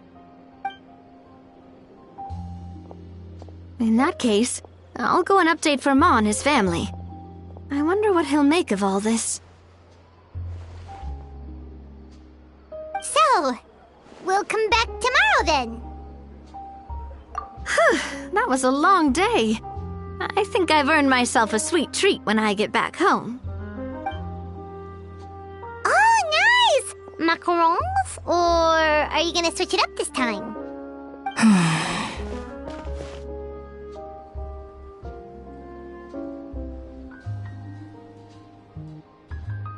Traveler, how much do you know about the snow-winged goose? Every year, they migrate long distances in search of a suitable home. There's always one goose at the front whose job is to lead the flock.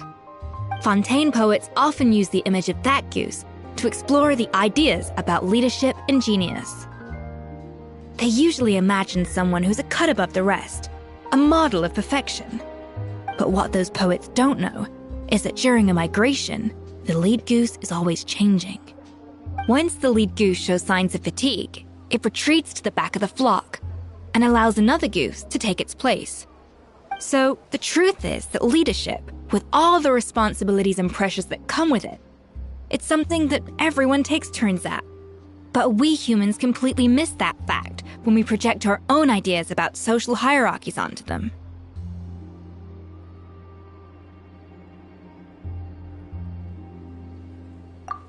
I guess what I'm saying is, I don't buy into this notion that there's some sort of gulf between normal and genius. Cooking is a science, not magic. Given the same ingredients, same recipe, and same environment, I see no reason why two different people shouldn't be able to create the exact same dish. Of course, some people have a more sensitive palate than others, and some people are just born bolder or more conscientious. But these are all variables that can be accounted for with time and practice. I'd have no reason to expect so much from others if I believed that perfection can only come from the hands of a genius. The only reason I hold people to high standards is because, well, I believe they're capable of greatness.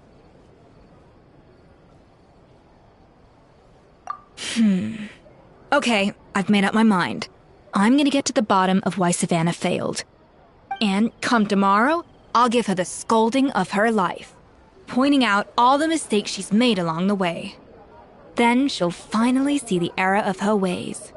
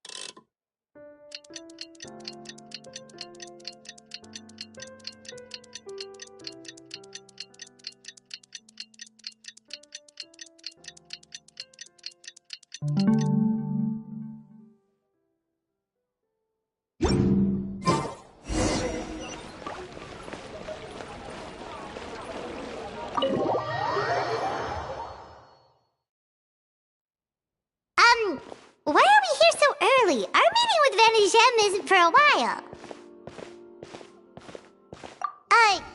Check on her? Why? What happened? Oh no. Escoffier, are you alright?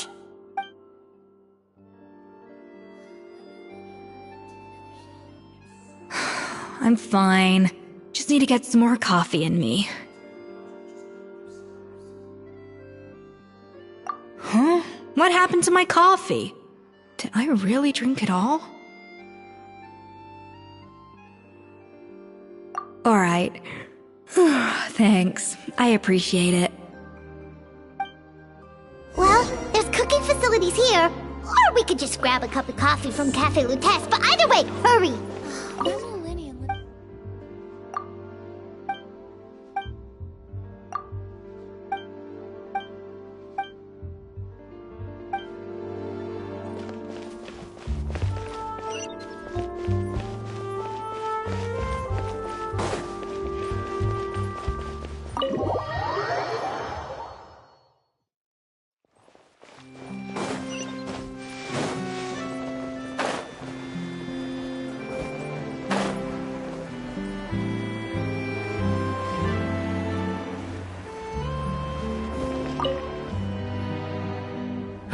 So, what can I get for you?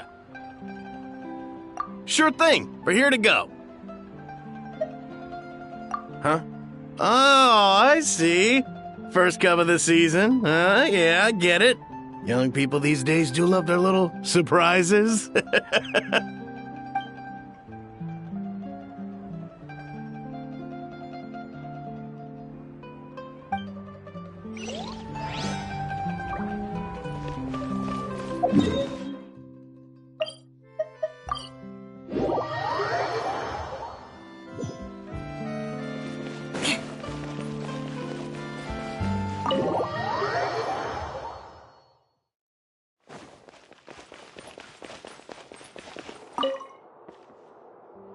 Coffee.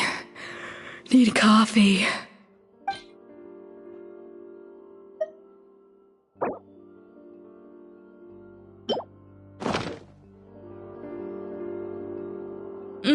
Strong, bitter coffee beans, transformed through expert brewing and balanced perfectly with rich, creamy steam milk. I feel much better now. Thank you so much, Traveler in Paimon. Glad to hear it, but make sure to catch up on your sleep when you get the chance. I think I figured out where the problem lies. Honestly, it's ridiculous. I don't know whether to laugh or cry. Wait, what investigation? What are you guys talking about? I'll save it for when everyone else gets here. It's so stupidly small, I can't believe it's caused so much drama.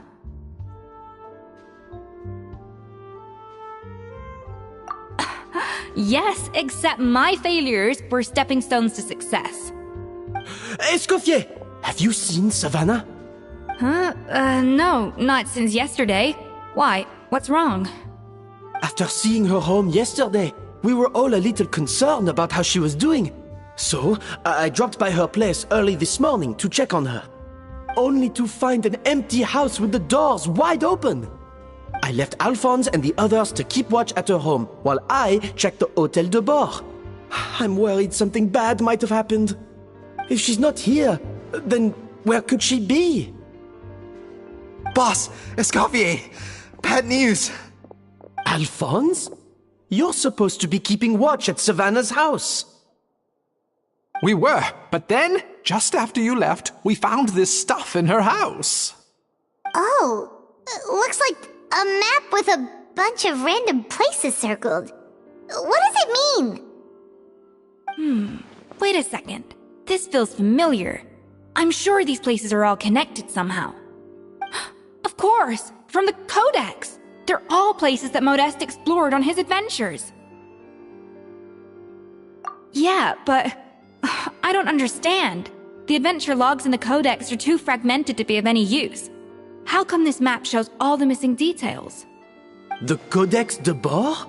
Then, this place marked in red out at sea. Could that be the fabled birthplace of Gâteau de Bord? Seriously? So now she set her sights on finding the original recipe and beating Escoffier that way? Gee, Savannah. Anything to overcome a Gâteau plateau, huh? Ugh, idiot. Does she have a death wish? Those ruins are thousands of years old. Hold on, there's more. Besides the map, we also found these letters.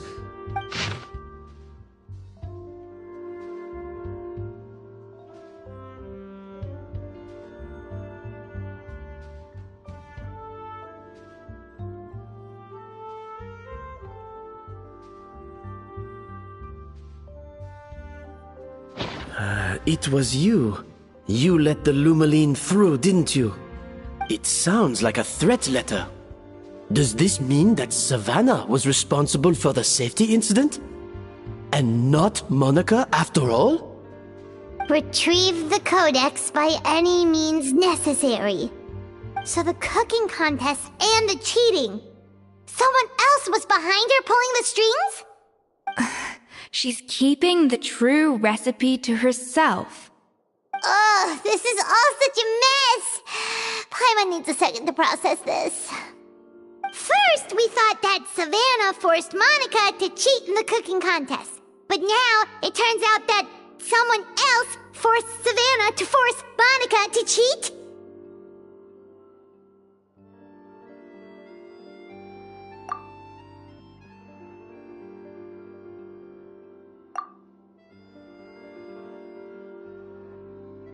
You're finally here.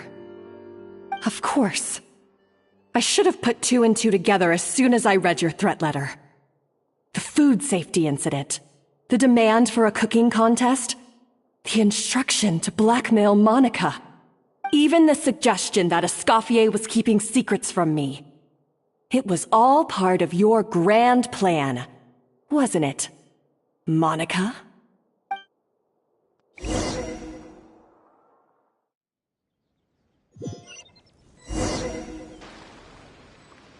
We should be getting close to the spot marked on the map. Of all the stupid things she's done, this really takes the cake. The moment we find her, I'm gonna curse the living daylights out of her.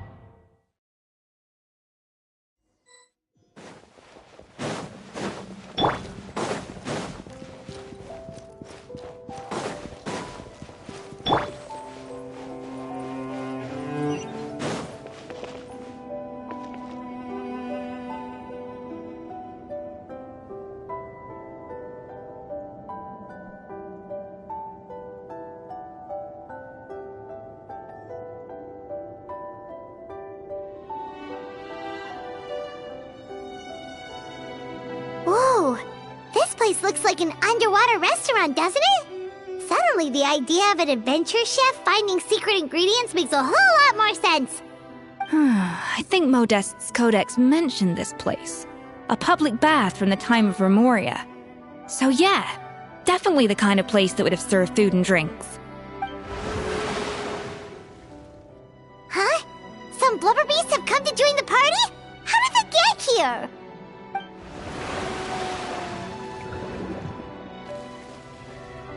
Aw, they ran off! That could be easier said than done. Something's blocking the entrance. Well, did Modeste mention it in his adventure logs by any chance? They must have gotten through somehow. Good point. Yes, that's right. It's coming back to me now.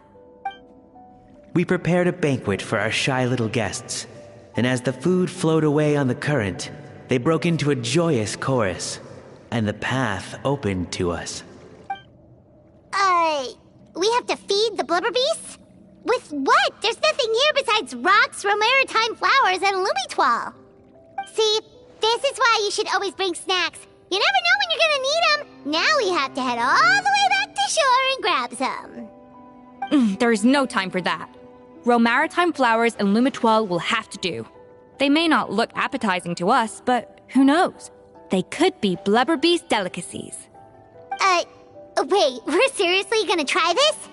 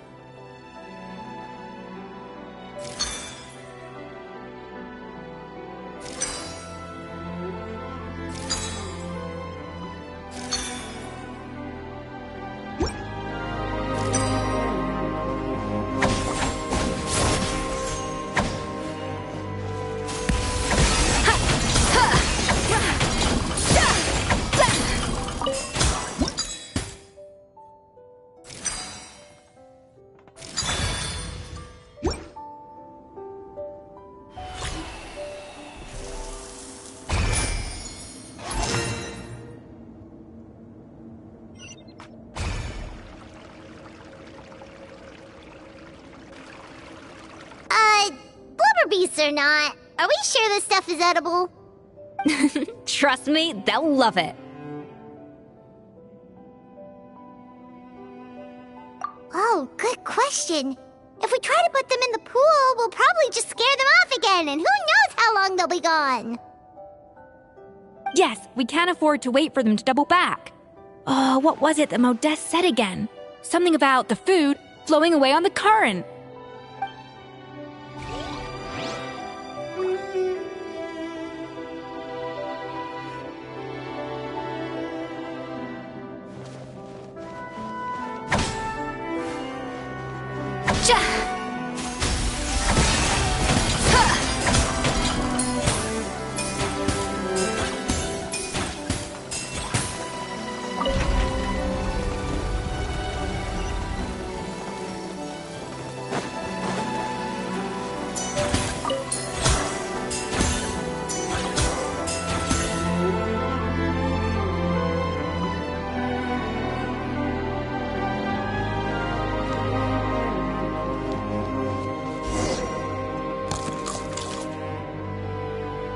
Wow, it's really singing! It must taste better than Paimon thought!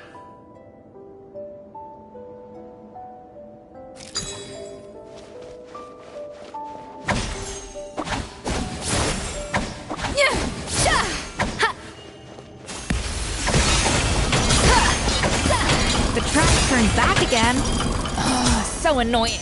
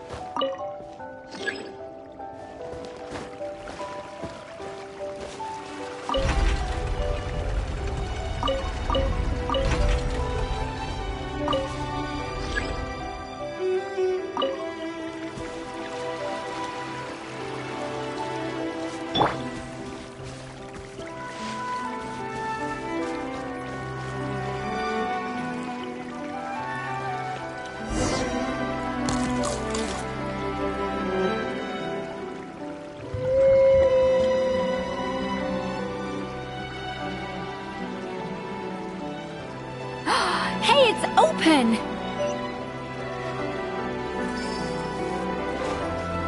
More speed.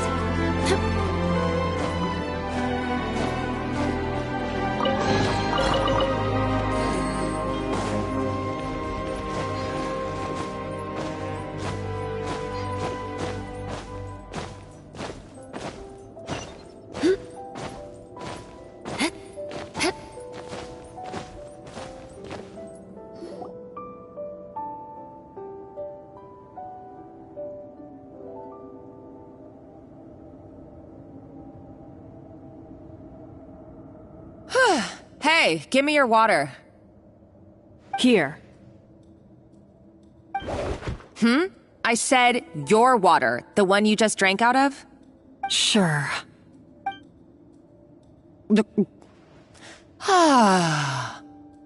All those years slaving away under escoffier, and then you.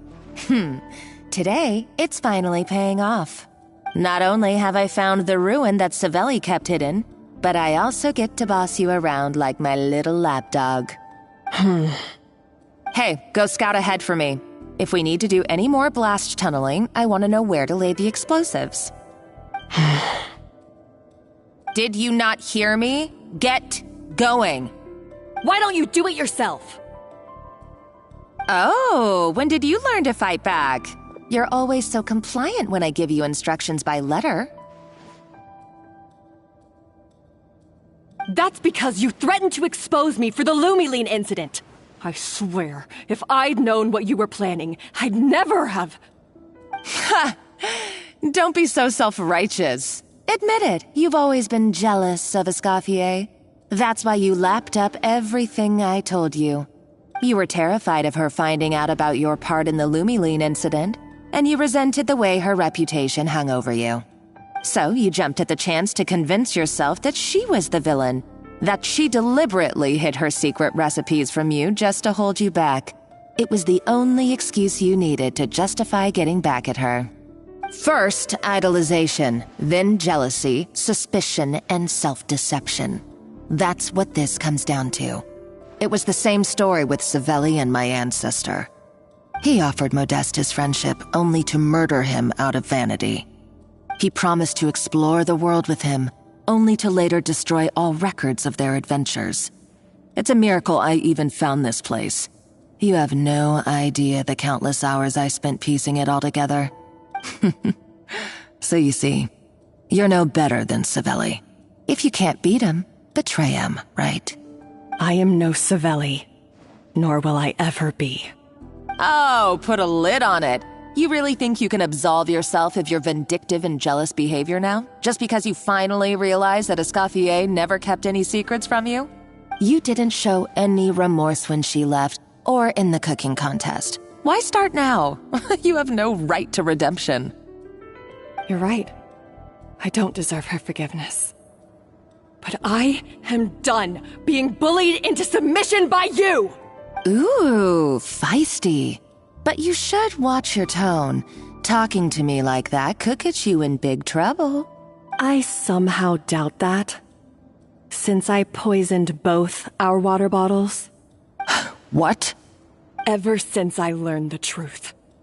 I've been biding my time, waiting for this moment. You've played me like a fiddle for so long, and now this is payback! But you drank it too. It's what we both deserve. This is the price we must pay for betraying Escoffier. You'll die here with me, Monica! You.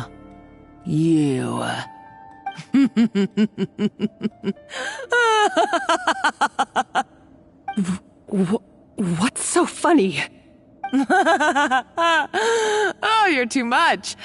I thought I'd play along for a bit just to amuse myself. You gave a very rousing performance. I saw your dumb plan a mile off. There's no poison in these bottles, just clean, fresh water. No. Revenge is a dish best served cold, you know. Did you really think your half-baked plot would fool me? You're a lousy chef, and you make a lousy villain, too. A complete waste of space. No wonder you never amounted to anything. Everything I ever did was a failure. And now, I failed again, for the last time. Hey, why don't you try your hand at being a comedian in your next life? You got a good laugh out of me. But now the show's over. You should have just done like I asked, Savannah. All I wanted you to do was scout the ruins for me. But you had your chance, and now it's time to say goodbye. Stop right there! Let her go, Monica! We've got you surrounded! Escoffier? Ugh, looks like I'll have to keep you around for a little longer. You can't! Stay back if you want her alive! Escoffier and the Traveler. I can't take you both on in combat, but if you so much as flinch, I can end Savannah's life in a heartbeat. Monica, what are you hoping to achieve by this? You're about to commit murder, and for what? A recipe? A recipe? You chefs are all blinded by your myopic focus on kitchen affairs. Well, some of us actually have bigger fish to fry. Modeste had a secret.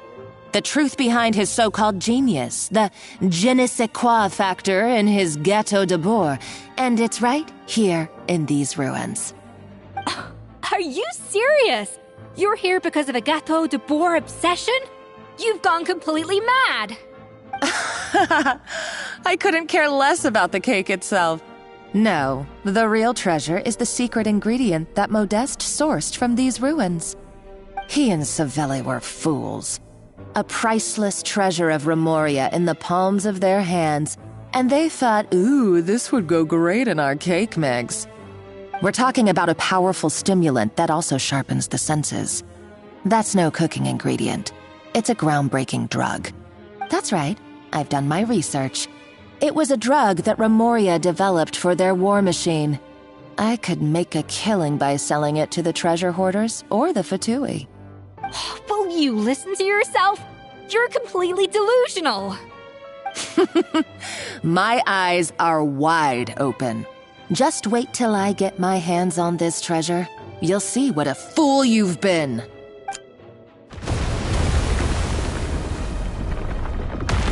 Wait, what's that sound? Just when I thought she couldn't get any crazier. She's lucky the whole place didn't collapse. Uh-oh, Savannah's gone too! Monica must have taken her. Oh, what a coward. She's only taken her hostage because she knows that she's no match for you. That's true. Even if she finds the treasure, she'll need Savannah alive if she wants to get out of here in one piece. Oh, well, our path's been blocked, so let's look for another route.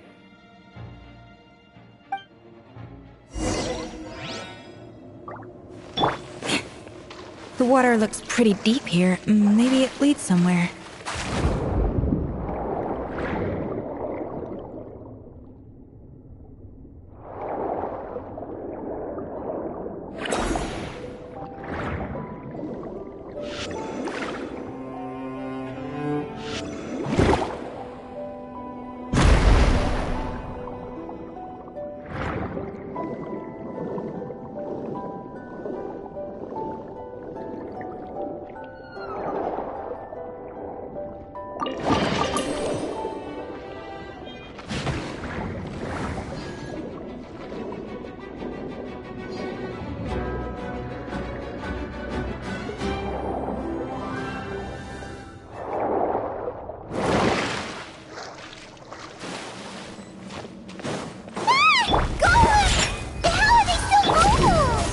Probably awakened by the explosion just now. Alright, Night Skills 101. Time for some rough chopping.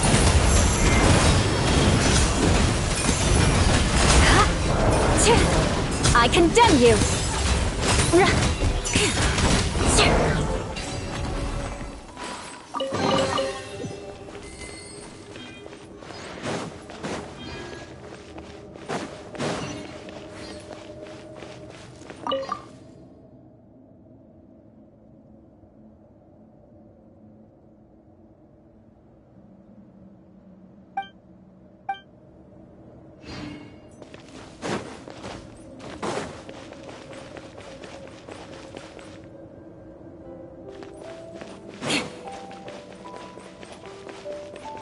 Another door?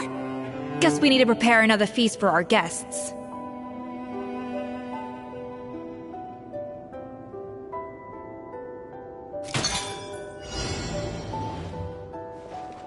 A little amuse-bouche! Yeah! Ja! Ja! Yeah!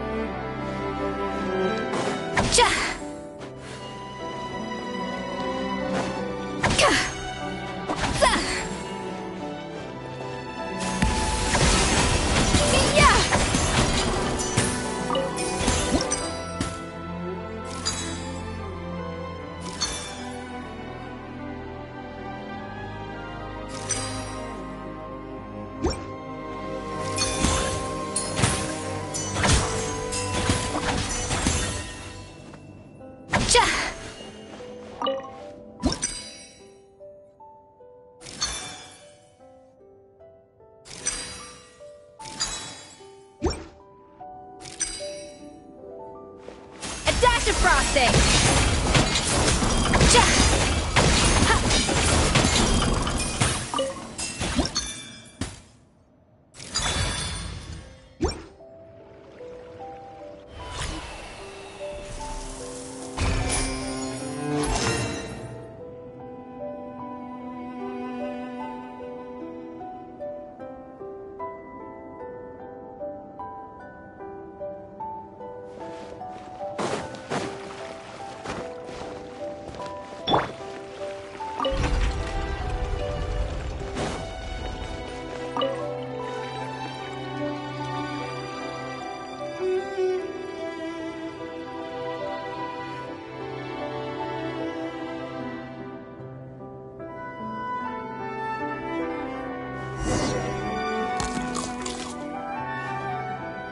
It seems to really like the texture of Rome maritime flowers.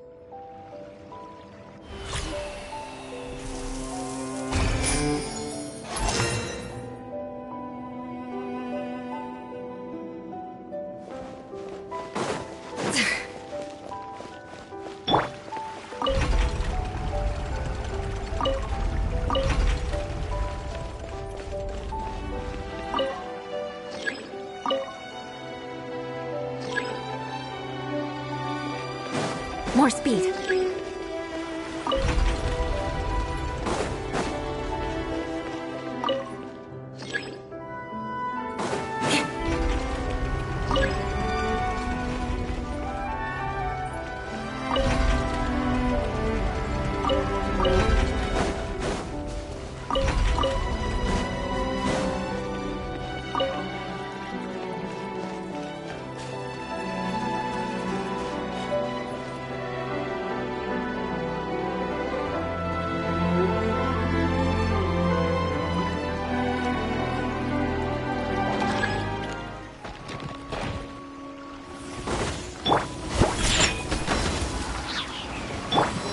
To the breeze, shudder!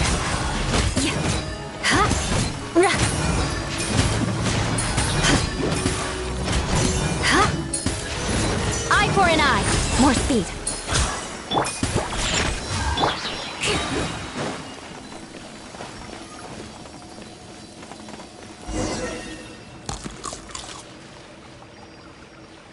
I never knew you could process Lumitwol like that. Alright, I've got to jot this down.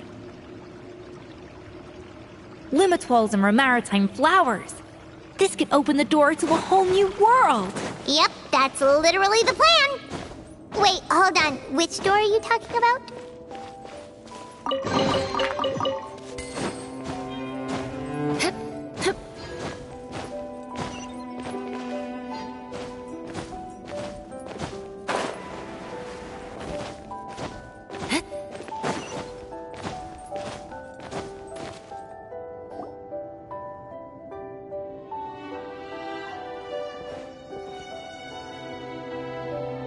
That's strange.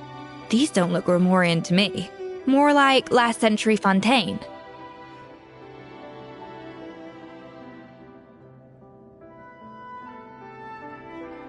Adventurers from last century Fontaine, huh? Oh, Modeste and Savelli, do you think they camped here? By the looks of it, this was a one-person camp. They adventured together, but maybe one of them came back alone at a later date.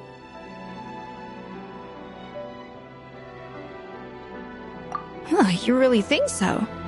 Trust our adventurers' instincts. We're pros at this stuff, just like you're a pro in the kitchen.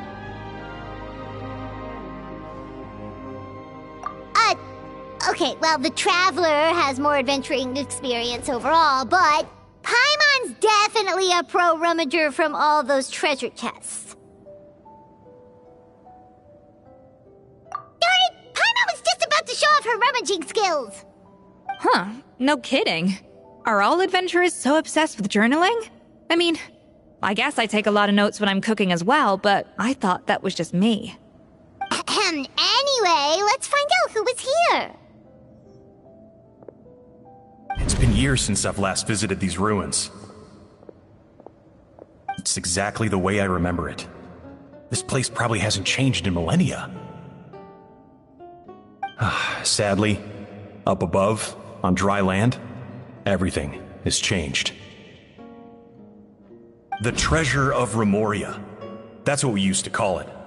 Modeste was right about its potential. It turned Gâteau de Bourg into a national sensation. Our limited stock of the substance meant that the gâteau could only be produced on a small scale, but this only drove up the popularity all the more. Modeste was right about that too. He predicted all of it. He was praised as a genius, while I, as the one person who'd ever disagreed with him, was labeled a talentless fool. Modeste tried his best to console me, but I knew better than anyone just how great the gulf was between us. Our conversations grew scarce, and we saw less and less of each other. I didn't fight it. He had new friends and a career of his own. Why invite further disdain by inserting myself where I did not belong? I told myself that maybe one day, when I finally created a masterpiece of my own, I'd be able to face him without shame. Or maybe one day, when I've put these feelings of self-loathing behind me, I'd be able to ask him with a smile on my face, how about we go on one more adventure, for old time's sake? Unfortunately, that day will never come. So it was Savelli.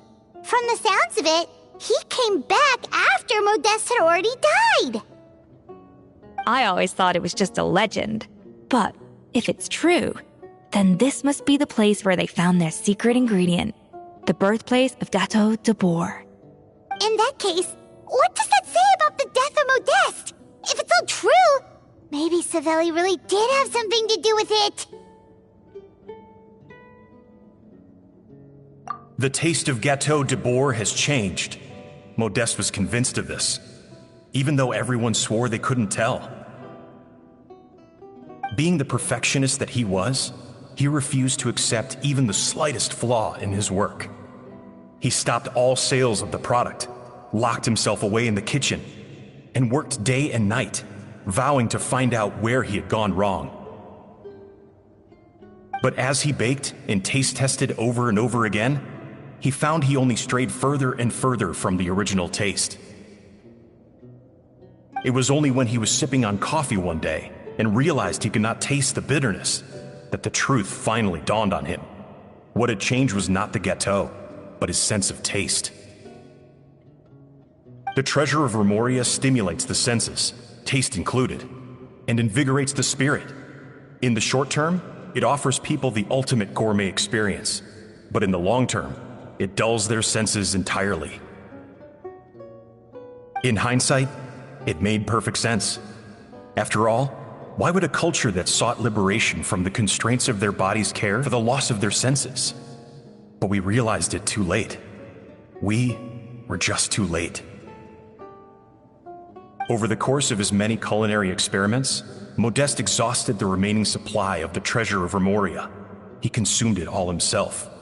The finest culinary talent of his generation now faced a future in which he would never be able to taste anything ever again. Finally, in despair, he took his own life.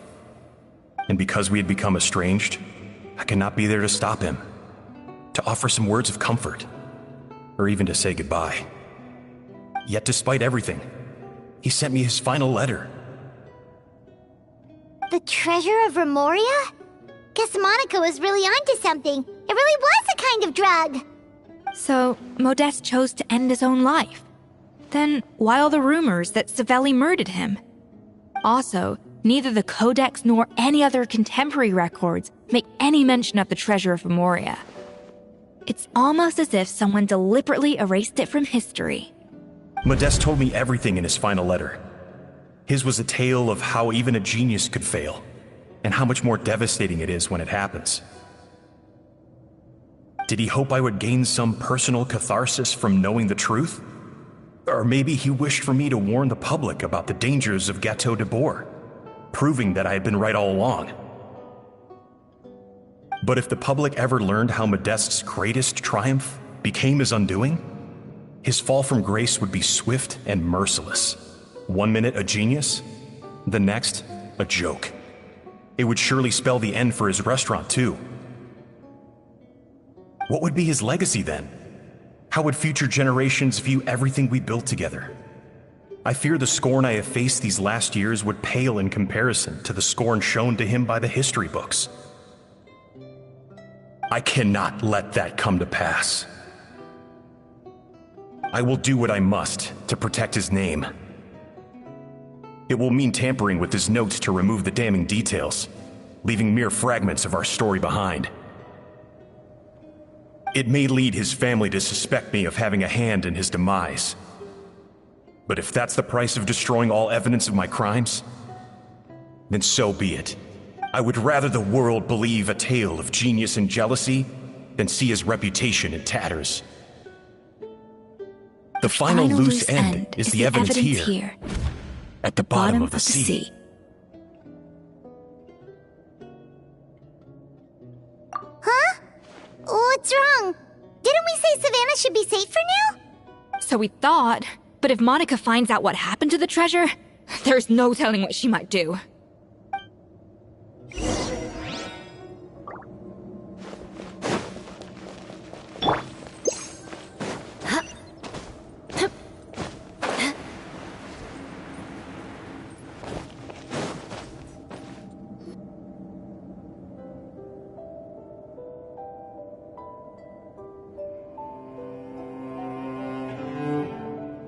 The treasure of Remoria. I have found you at last. Savelli, you tried your best to bury the truth, but you underestimated the children of Modeste. Some fragments of his diary escaped your clutches, and we have held on to them for generations. But I have to thank you too, Savannah. Without your help retrieving the codex, and with it the last piece of the puzzle, I may never have found this place. But now, finally, the secret to Remoria's military might is within my grasp. The treasure of Remoria is mine! Oh, it's empty. It's empty? Monica? Oh, we were seconds too late. Escoffier? What's the deal with that jar? Savelli's final act! He wanted to conceal the secret of the treasure forevermore and make sure it would never harm anyone again. So he came here after his friend's death and destroyed every last shred that remained. This can't be happening. All the years I spent piecing together the truth. All my painstaking planning. All that for an empty jar. Monica, don't do anything stupid. This ruin is more dangerous than you realize. Oh, shut your pie hole! Praise be to Lord Remus. You barbarian shall be slain.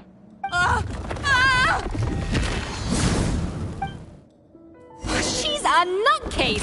A liability to herself and everyone else. Well, now it's up to us to clean up the mess she's made. Take these golems out!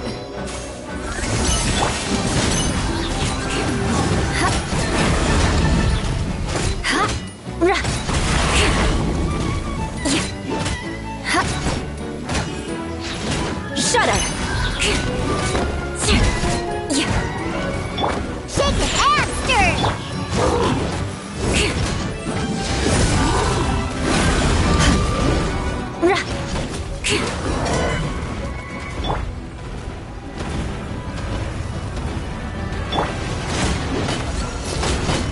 Scratch! Crush! A burst of flavor!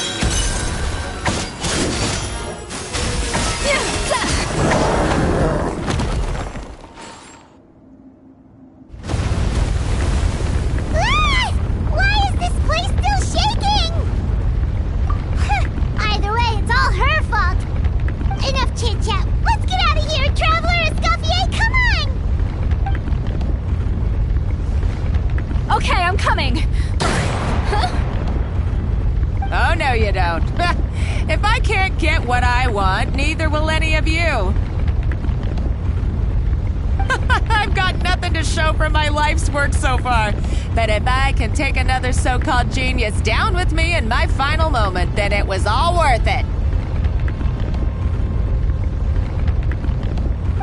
You're a psycho!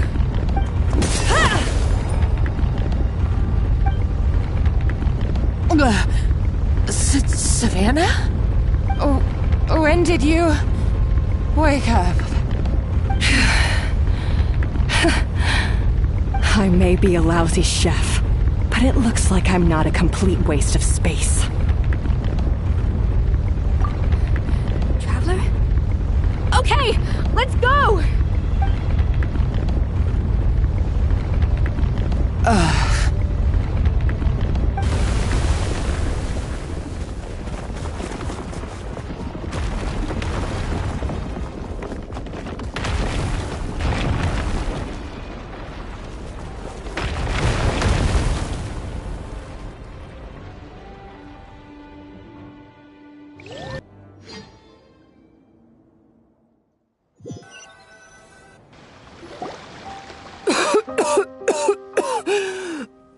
Escoffier! Savannah! Traveler! And Paimon! Venegem! What are you all doing here? What did you expect us to do? Stay at the restaurant and sit on our merry derrieres? While the Traveler and Escoffier were out here risking their lives? We had to do something. Even though that something ended up being, well, waiting for you here instead. I don't deserve any of you. And I certainly don't deserve to be your head chef. It was my fault Escoffier had to leave. Then I couldn't live up to her standards. I acted like a tyrant in the kitchen. And now I almost got myself killed. Come back, Escoffier. Come and be our head chef again. I'll never be able to replace you. Okay, so everything I said to you the day I left, it just went in one ear and out the other? Huh? Sorry, I was kinda in my own head at the time. All I could think about was the Lumiline situation. What was it you said again? Forget it. It doesn't matter. Anyway, I didn't leave this job because of you. And you're not nearly as awful a chef as you think. If you were that bad, why would all your staff show up here for you? Escoffier's right. Sure, you nitpick our work and get us to do things over a lot. But when it comes down to it, you're the one who's always doing whatever it takes to make sure the customers get served on time, every time. Things were pretty rough after Escoffier left, and Savannah's the only reason we've been able to make it through. Our customers know that Escoffier doesn't work for us anymore. But the fact is, they keep coming back. If that's not an endorsement of your work, I don't know what is. At the end of the day, we're all human, and we all make mistakes. All we can do is recognize where we get it wrong and do our best to improve. That's all that's humanly possible. No, I get what you're saying, but what I did to Firmont and to Escoffier, it's unforgivable. Well, about that, there's someone else here to see you, Chef. It's been a while, Chef Savannah. Firmont? I'm so sorry. I put far too much pressure on you. And the way I stubbornly refused to go and see you after you fell ill. There's no excuse. But I'm too late, aren't I? The damage is done. I heard that you can't even hold a kitchen knife anymore. Actually, I think I'm going to be just fine. Huh? We thought Firmin's problem was purely psychological in nature. But after the threat letter came to light, it got Firmin thinking. And then he remembered the tea that Monica used to give him every night. And as it turns out, she was lacing it with Lumiline the whole time. No way! Doesn't that cause nerve damage? It can. High doses pose a risk of serious nervous and sensory complications. But if you calculate the dosage carefully, you can control the extent of its effects. A small dose might simply make a person more emotional, whether that mean more fragile or more hot-tempered. No wonder it seemed like you'd lost your edge. I asked my friends at the Fontaine Research Institute about it. They said that with the low dose I was taking, the risks are pretty small. They also fixed me up with some meds and said I should recover in no time. Well, that's what happens when you give someone a little bit of hope to cling on to. There's more. We believe that Firma was likely not Monica's only victim. You mean she poisoned me too? Oh, so that's why Savannah's been so irritable this whole time. Let's not be too quick to blame everything on the Lumiline. That stuff can only amplify what's already there. So tasty food will seem like the most delicious thing in the world, while food you don't particularly care for will become utterly revolting. So you better make sure you reflect on your behavior and apologize to every single person you've wronged. I will. I'm sorry. There's still one question that's really bugging me. Why is it that no matter what I do, my Gâteau de Bourg never tastes the same as yours? Is it just... is it because you're a genius and I'm not? It's because the heating element in your oven is broken, you silly goose. What? I felt like something was off during the cooking contest. Once I got around to checking all the equipment, I noticed it right away. There was a half-degree discrepancy between the temperature setting and the actual temperature. All the ovens in the whole kitchen had the same problem, which confused me at the time, but by this point, it's pretty obvious that Monica must have tampered with them. I would have figured it out the day of the bake-off, since the issue affected both our teams. But of course, Monica sabotaged mine so that could never happen. No. I spent so long trying to find out where I was going wrong, and then you pinpoint the problem in just one night? It all comes back to one simple, undeniable truth. You're a genius, and I'm just plain old Savannah. Oh, cut it out! Stop the woe is me act for a second and just think. I came up with this recipe. You don't think that might have something to do with it? Do you know how long I spent perfecting my Gâteau de Bourg? 3 years! 3 whole years! I know this dish inside out, back to front and upside down. And you've been head chef now for what, 6 months? If that?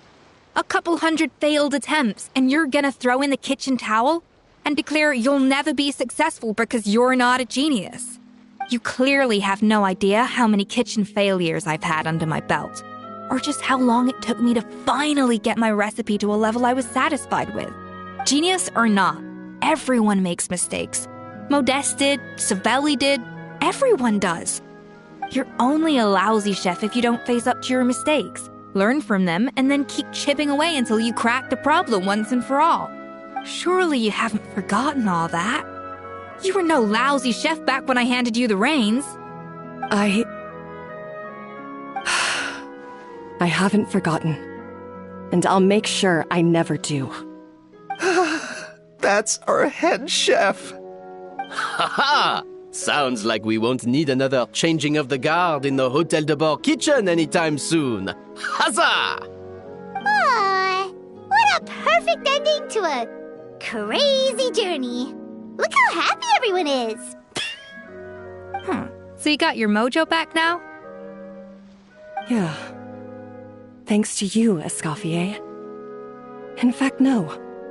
Thanks to all of you. Aw, friends again. So nice to see them finally settle their beef.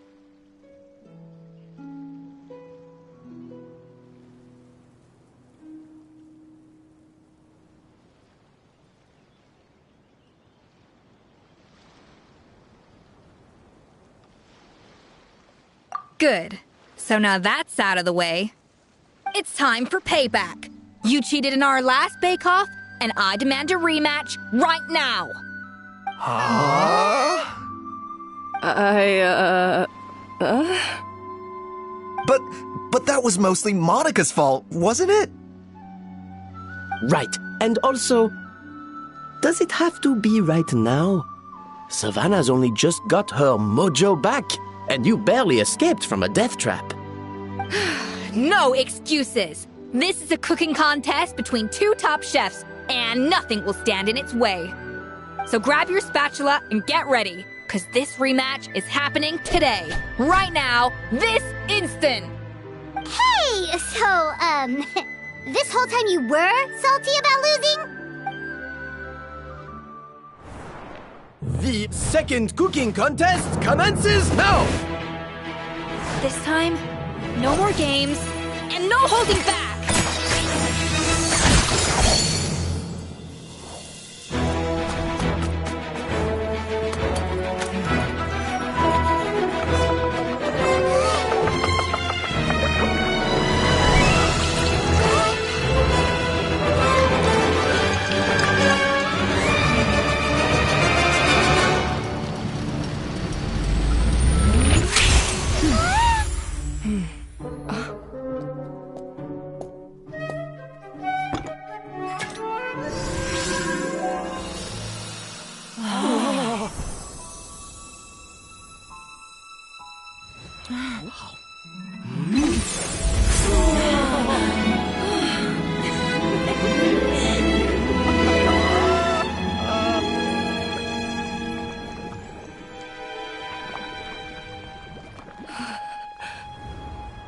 I feel like I don't have the right to be here.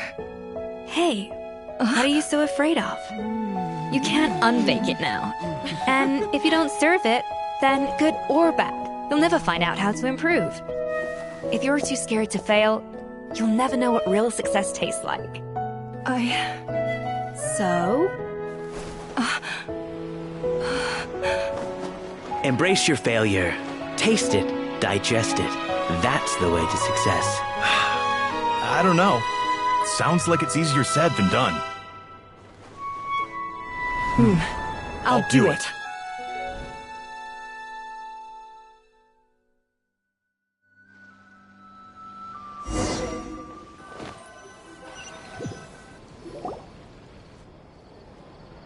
The results are in! A landslide victory for Escoffier! Quite rightly, too. Piece of cake. Oh yeah, look at that! Savannah looks pretty chipper too, considering she lost. Now, where were we? Yes. Do you have any more questions for me after everything that's happened? I thought Navia would have filled you in. And actually, I said all this to Savannah before I left. Although, as we saw, I don't think any of it sank in. I had two reasons for leaving. One was the food safety incident, of course, but the other was that the Hotel de Boer had reached a point where it didn't need me anymore. So I decided to step down and look for new opportunities to improve myself. Improve how? Well, a while back, I got to know a fellow chef from Liyue, and in her, I saw so many new possibilities. She has that same adventurous spirit that Modeste and Sibeli had in their youth. Slime mucus, lizard tails. With her, nothing's off the table. There's a whole world of new flavors out there waiting to be explored, hiding away in ingredients we overlook.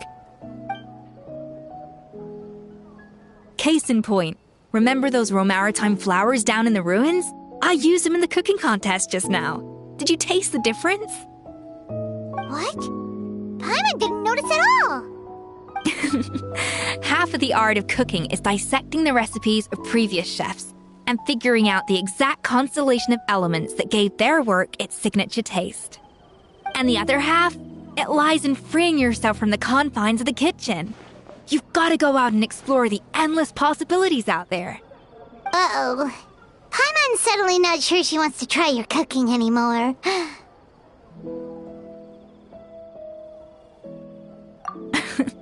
Don't worry, it's not gonna be a free-for-all like in Modeste's time. Before I put anything into my food, I'll obviously do my research, make sure it doesn't contain any harmful substances. In the meantime, take this. It's a recipe for Petit Gâteau de Bourg revised version. I tweaked it to suit your needs as busy adventurers. Hope you enjoy, and remember, feedback is always welcome.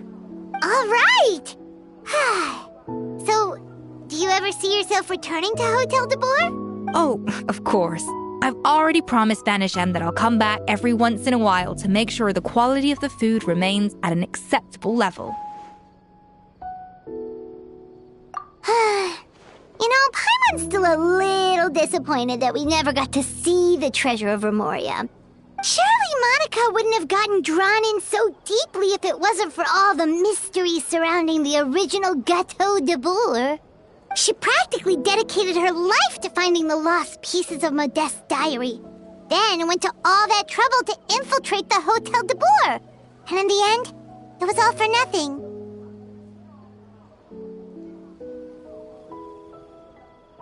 Since you mentioned the treasure, between Modeste's writings and what we saw in those ruins, I think I may have figured out the truth. The so-called treasure of Remoria was most likely a substance that the Remorians extracted from Lumitoiles, better known to us as Lumiline. Huh? So then, why all the hype back in the early days of Gâteau de Bourg? Don't forget, it was a very different era. We could barely even refine sugar back then, so desserts were very much in their infancy. In a world of bland food, it's no wonder that the first thing to really excite people's taste buds took the world by storm. And as for the Lumiline, it may well have been somewhat valuable in ancient times. But these days, it's just another drug from the Fontaine Research Institute. Even if Savelli hadn't destroyed it all, I doubt it would be worth that much these days. So after all that, there was nothing in those ruins but worthless junk. Feels strange to say it, but Paimon almost feels sorry for Monica. She sacrificed it all only to get nothing in return. Hey! Huh? Navia? You just got back from that underwater ruin, right? Well, check it out. They ran a special issue. Did you see anything like this down there? Freshly unearthed from the ruins of Remoria. A magnificent jar thought to be over 1,000 years old. Experts say it has immense artistic and historical value. It could be worth an absolute fortune. Wait! Isn't that the jar they used to hold the treasure? If only it was still in one piece. Some butterfingers must have dropped it or something. Ugh, it's such a shame.